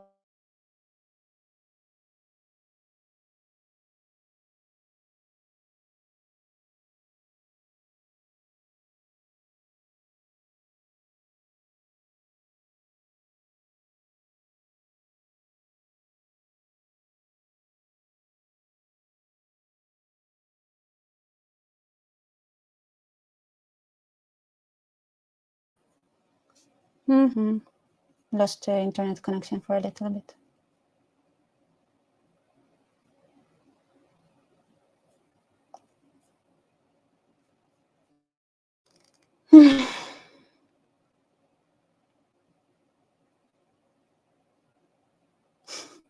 I mean, I trust America to get out of it. Europe, I think, is the enlightened Europe. The U.S. actually killed 6 million Jews in Europe. So enlightened, I'm dead.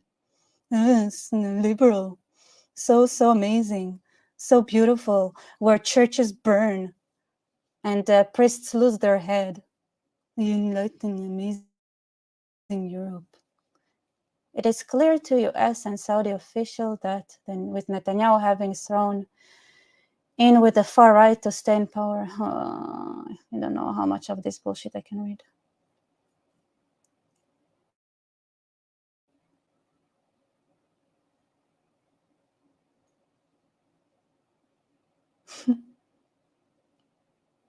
I mean, Switzerland, I like their philosophy. Like they never gave up on military service, and they're very armed. Like all the citizens are armed there.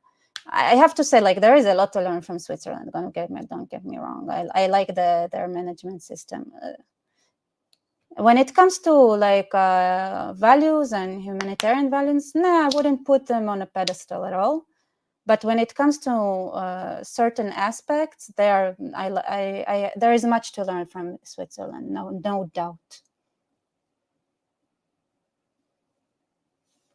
La la la la la.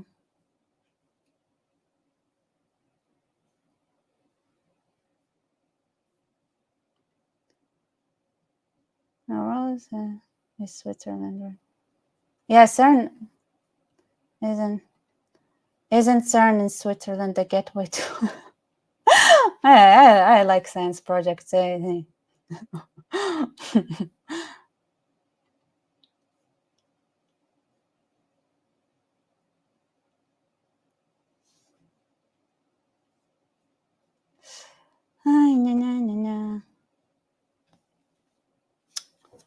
Okay. Is likely to agree to any kind of Palestinian statehood that would lead his partners to topple him unless his political survival dictates otherwise. Do I really have to read this? It's like it's like you can cut this off, like leave the Iran part in the middle, just these 3 paragraphs where you almost made sense, and of course put Saudi in the pedestal. Do they deserve it? I don't care really. As long if it encourages them that to keep improving, then sure. Like if it serves this purpose, sure. But just everything else is just ridiculousness. Like this is exactly the problem with the media that makes the situation in the US what it is today, because those are lies, all lies.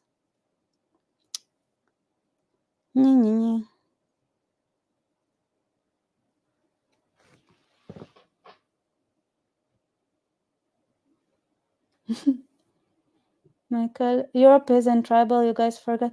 Listen, they should be more tribal, because right now they're so not tribal. It's the only reason they're not tribal is because they're so traumatized from being tribal that they have completely lost all the defense mechanisms that are installed in a human brain when they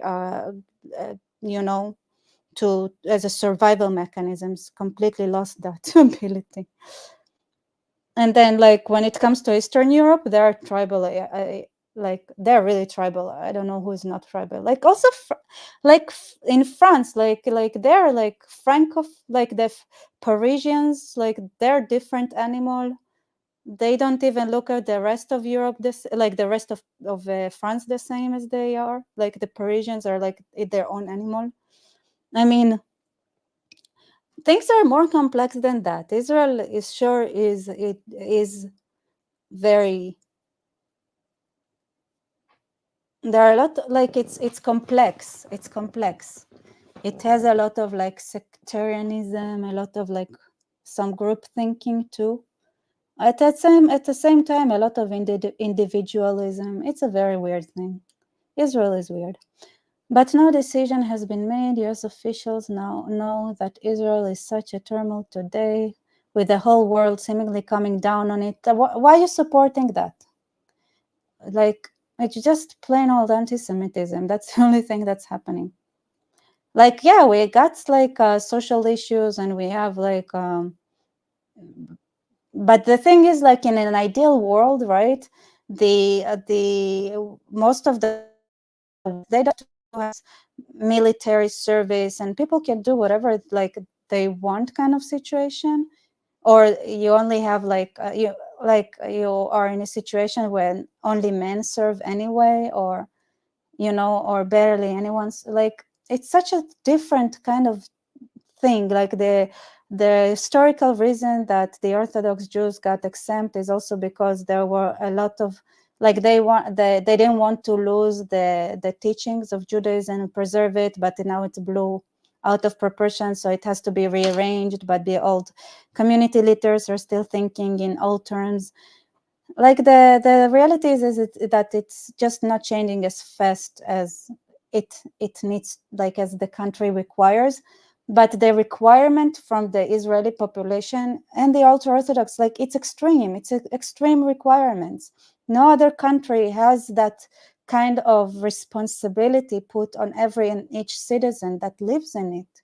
Like it's like being an Israeli, that's extreme responsibility, and that puts a lot of pressures on individual people with that a lot of people, other people would not necessarily understand what it's like, where every person is personally feeling like, okay, I'm responsible for the survival of, it could be the Jewish faith, the Jewish country, the Jewish people, like whatever like thing you put first, right? And also liberalism at the same time.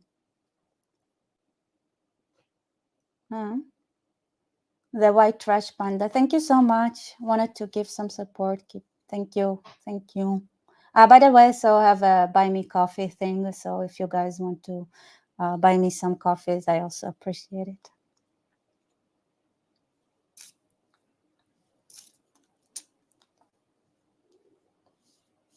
Mm-hmm.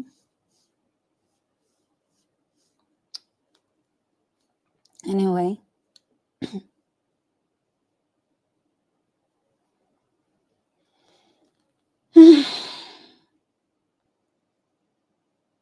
U.S. officials know that Israel is such a turmoil today. I mean, the outside pressures on Israel don't help. There is so much inside. Just surviving as a Jewish state, like the only minority state, basically, that is not Muslim, in the heart of the Middle East, is so a lot of pressure as is on the Israelis. Having the whole world march against you out of like pure anti-Semitism reason, which is, I think I'm gonna make a video on it tomorrow about the situation in the world, because I gathered from what's really going on inside those encampments from students. I saw some videos on Fox News. In reality, like, have a lot of mechanisms to hide the fact that they are literally talking about extermination of Jews. Jews, not Israel. They're talking about Jews there. And what they do is that they make sure that anyone that doesn't pay allegiance to the Palestinian cause or doesn't belong to the camp, that they won't be able to hear those plans. Like, they are literally having seats where they're talking about exterminating the Jews inside those encampments that are not anti-Semitic, they're just anti-Zionist. And the way they managed, like, there is an Israeli Arab managed to infiltrate the camp and actually report what's really being done there. Like, that's what happened. Like, an Israeli Arab entered and it was like, guys, they are talking about actually exterminating the Jews.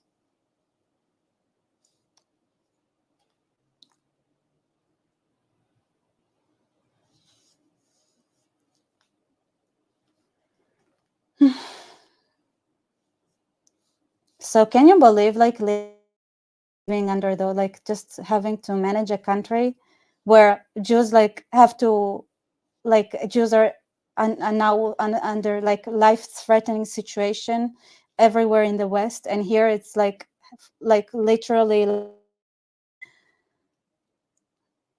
like fighting with extremism. Can you imagine like what it is to be an Israeli? Can you just start like thinking about those like ungrateful like uh students in those encampments that had never had to face any difficulties in their life versus the average Israeli that has the weight on the world on them all the time?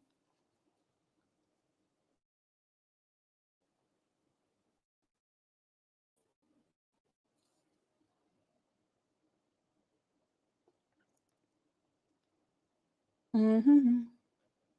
What Kevin comparisons?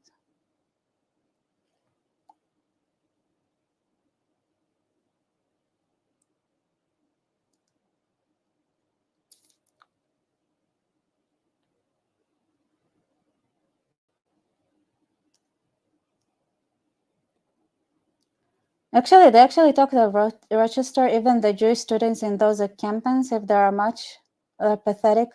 Actually, they saw in the Fox News, like they brought Jewish students and they said like those Jews, like everything that they do, it's for the camera. Like the moment, like the seder and everything, like if they see a camera coming, they put on a talit and wear like a kippah to show that there is diversity. Like they just like they have informers, and when the media is approaching, then they're dressing up as Jews. They're like putting a costume on. It's insane.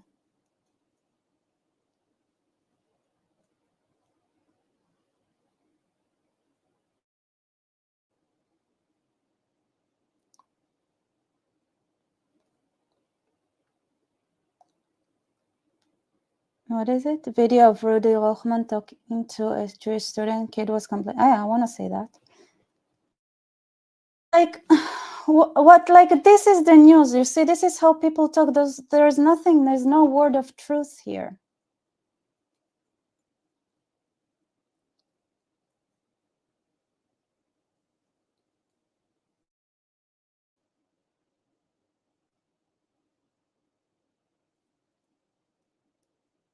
What is this?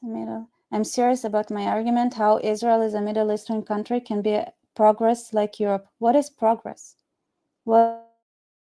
Like, define progress, and I can answer it. I don't know what's like, because technologically Israel is way more advanced than Europe. Like women rights, what? It's the same, if not better, especially now. Like what? Where? What is progress? What is progress? Can somebody like tell me what progress is?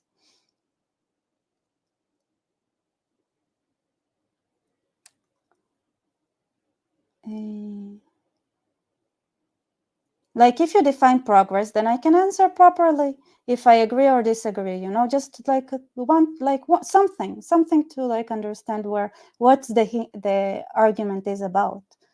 It's like, what's progress? Okay, people would say a caliphate is a progress. For those who support the caliphate, they would call it progress too, right? What's progress?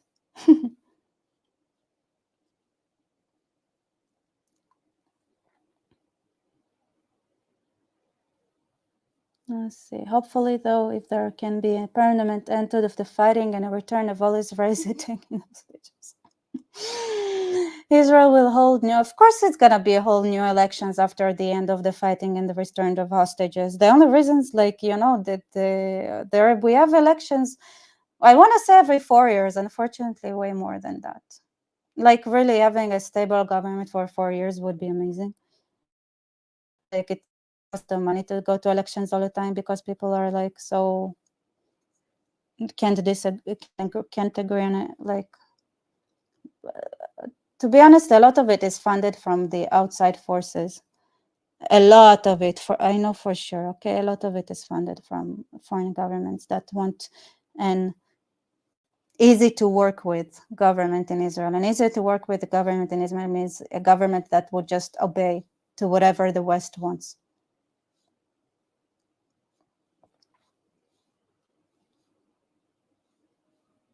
I see. Based on Pew Research, women has better innovation and women rights than Israel.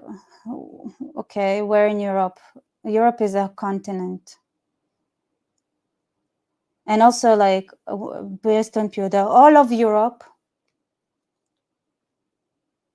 or just or just the Netherlands, or like, because the Netherlands is very progress. Like, yeah, I would agree. Let's talk about the Netherlands. The Netherlands has a good innovation score and I think good women rights. And they banned, I think, migration now because they have a little bit of brains. And they elected Geert Wilders. Maybe that would bring the score down for progress. I don't know what, like, Pew Research. Western, like where? I kind of want Pew. But let's say innovation scores. What's Pew innovation by what is the actual, like, Innovation. What is the innovation?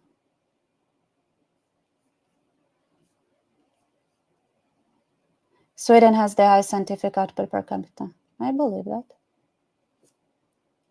Innovation. I mean, right now we're also busy fighting, but yeah, let's see.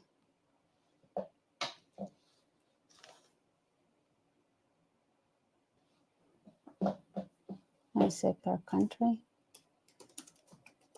I don't know why I'm.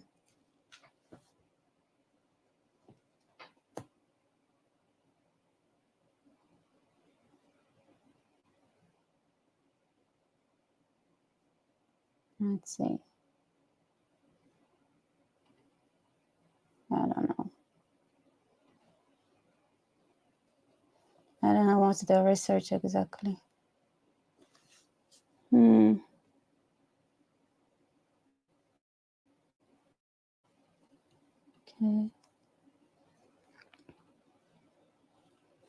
Can somebody tell me exactly what's the research name so I can look at it? I just like, yeah, there are countries that are more in, I don't care, who cares, right? If Sweden was, Germany is less technological than Romania and Thailand. That's amazing. Whatever. It's just every country, like, it depends. I wouldn't say, like, if Sweden got a high score on women's rights right now, it's only because they lie about the statistics. Like, this is the only explanation I can give. Like, I don't believe that for a second.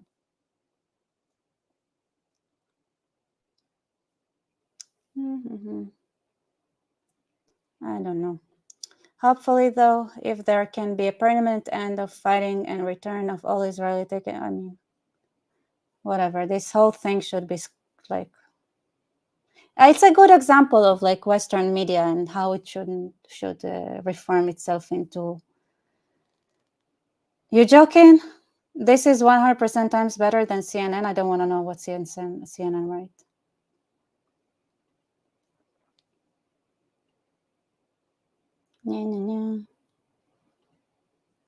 Women have more rights in Western Europe than Israel.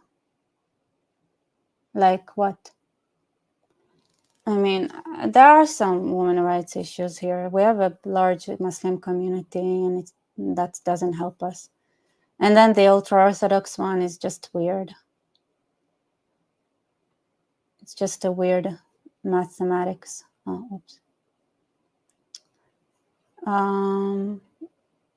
But that doesn't say anything. That Israel is still super progressive.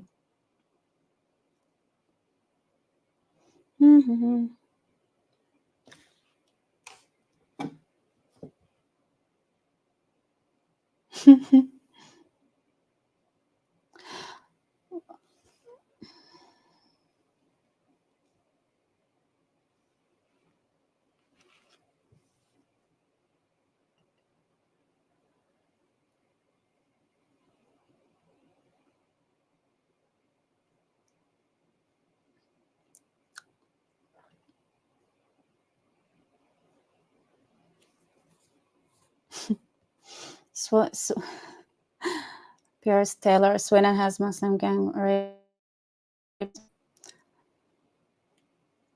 Let's keep it that way. I don't want any gang rapes here. I mean, there were some. There are a couple of stories that came out right now. So it's a issue.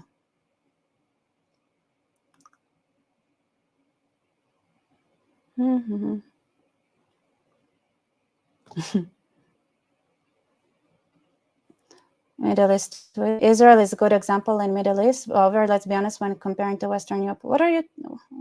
I don't want to argue with you. It's like arguing with a wall. There is no point. There is no substance to it. There is no actual thing that can be said or done, because there is like so much. When you say progressive, compare women's rights. Okay, some countries in Europe have better innovation than Israel. Some countries in Europe have better women's rights than Israel. Some countries in Europe, let's say, I don't know, the Netherlands are better at both. So what?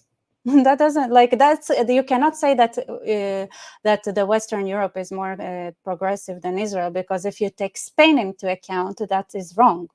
If you take Italy into account, that is wrong. If you take like, what, Europe is not a country, exactly. You cannot compare Europe.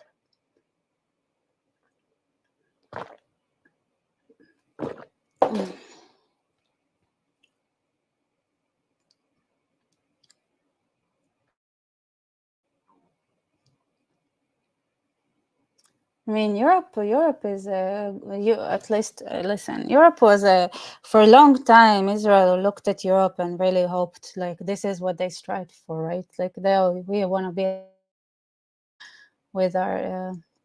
But right now, Europe is not that. It's not something to strive for, to be honest. I mean, Europe, the way it used to be, maybe is something, but also, like, Israel has its own uniqueness.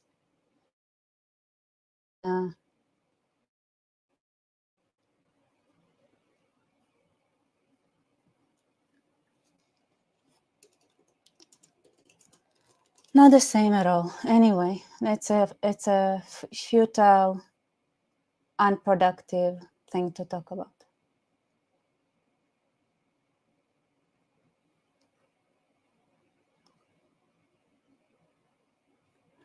Yes, it's not a straight report, but I'm gonna look for it now too. I want to do it tomorrow. I'll do it tomorrow. Yes, because I recorded some and saved some videos. I do want to talk about the situation in the United States, like Jews in the United States and stuff, like including like just what they're saying, right? What they're thinking right now.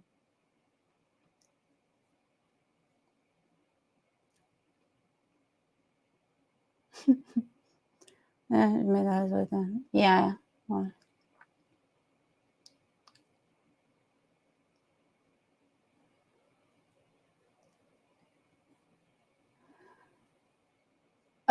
Victor Emmanuel, were you talking about October 7th and you mentioned the gang R? No.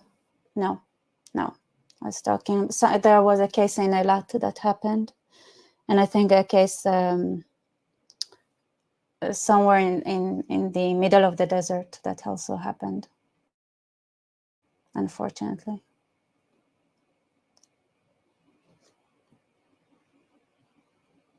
Mm-hmm.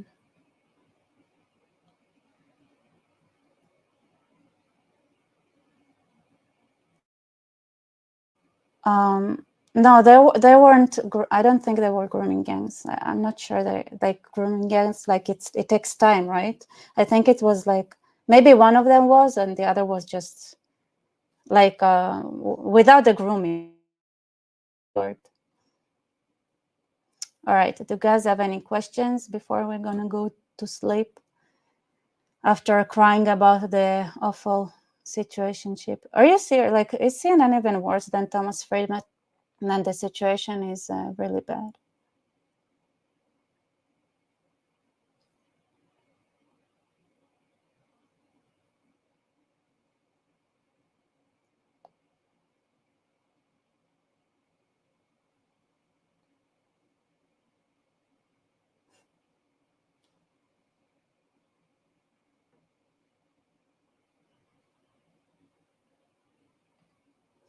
Okay, I gave David Wood an AP Israeli citizenship. There will be many ex-Muslim. Actually, I thought about it.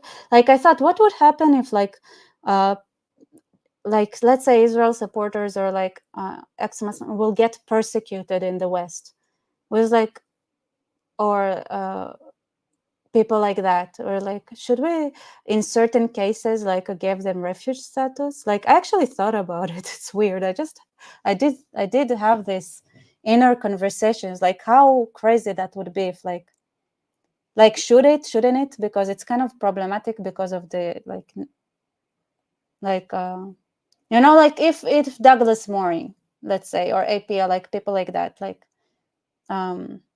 should be like Chasidei Umat, like the righteous of the world, right? Like those who saved Jews during the atrocities in the Holocaust. They work like their work. I think they're given citizenship in situation. Like, is it gonna be now? Is it just like, hey, we should give citizenship to people that might get persecuted for their support of the Jews and stuff?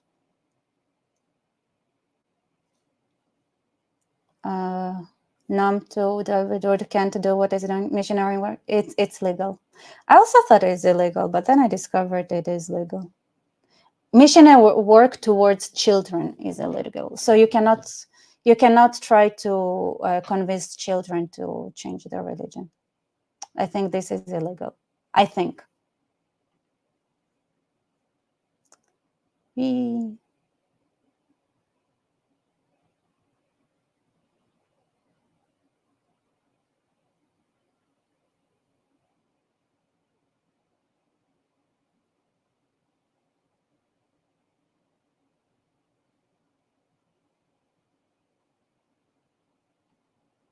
I mean, it looks like they're inside, at least. Let's see what they're saying. Let's see what the Gazans are saying. If I see anything. They're saying, uh-oh, what's going on? Rafah is under attack.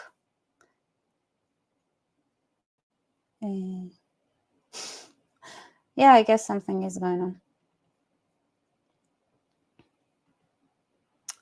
All right, guys, time to sleep. I think I promised to put the hijab on for a second.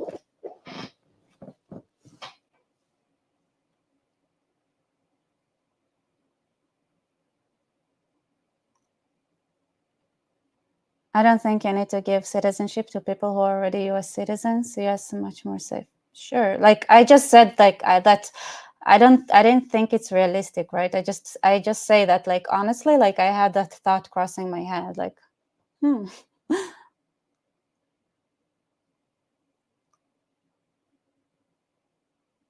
right. Share, subscribe my videos, blah blah blah, support. Thank you. It really helps.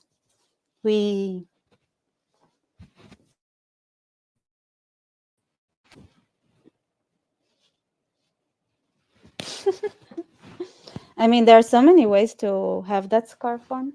This is basically, you have the basic, I bet you can hear it. Like the basic, I'm an Iranian woman who doesn't really want to wear a hijab style. Anyway. The more like, well, I cannot do it with my earphones, but here. Well, good night. Have a good night.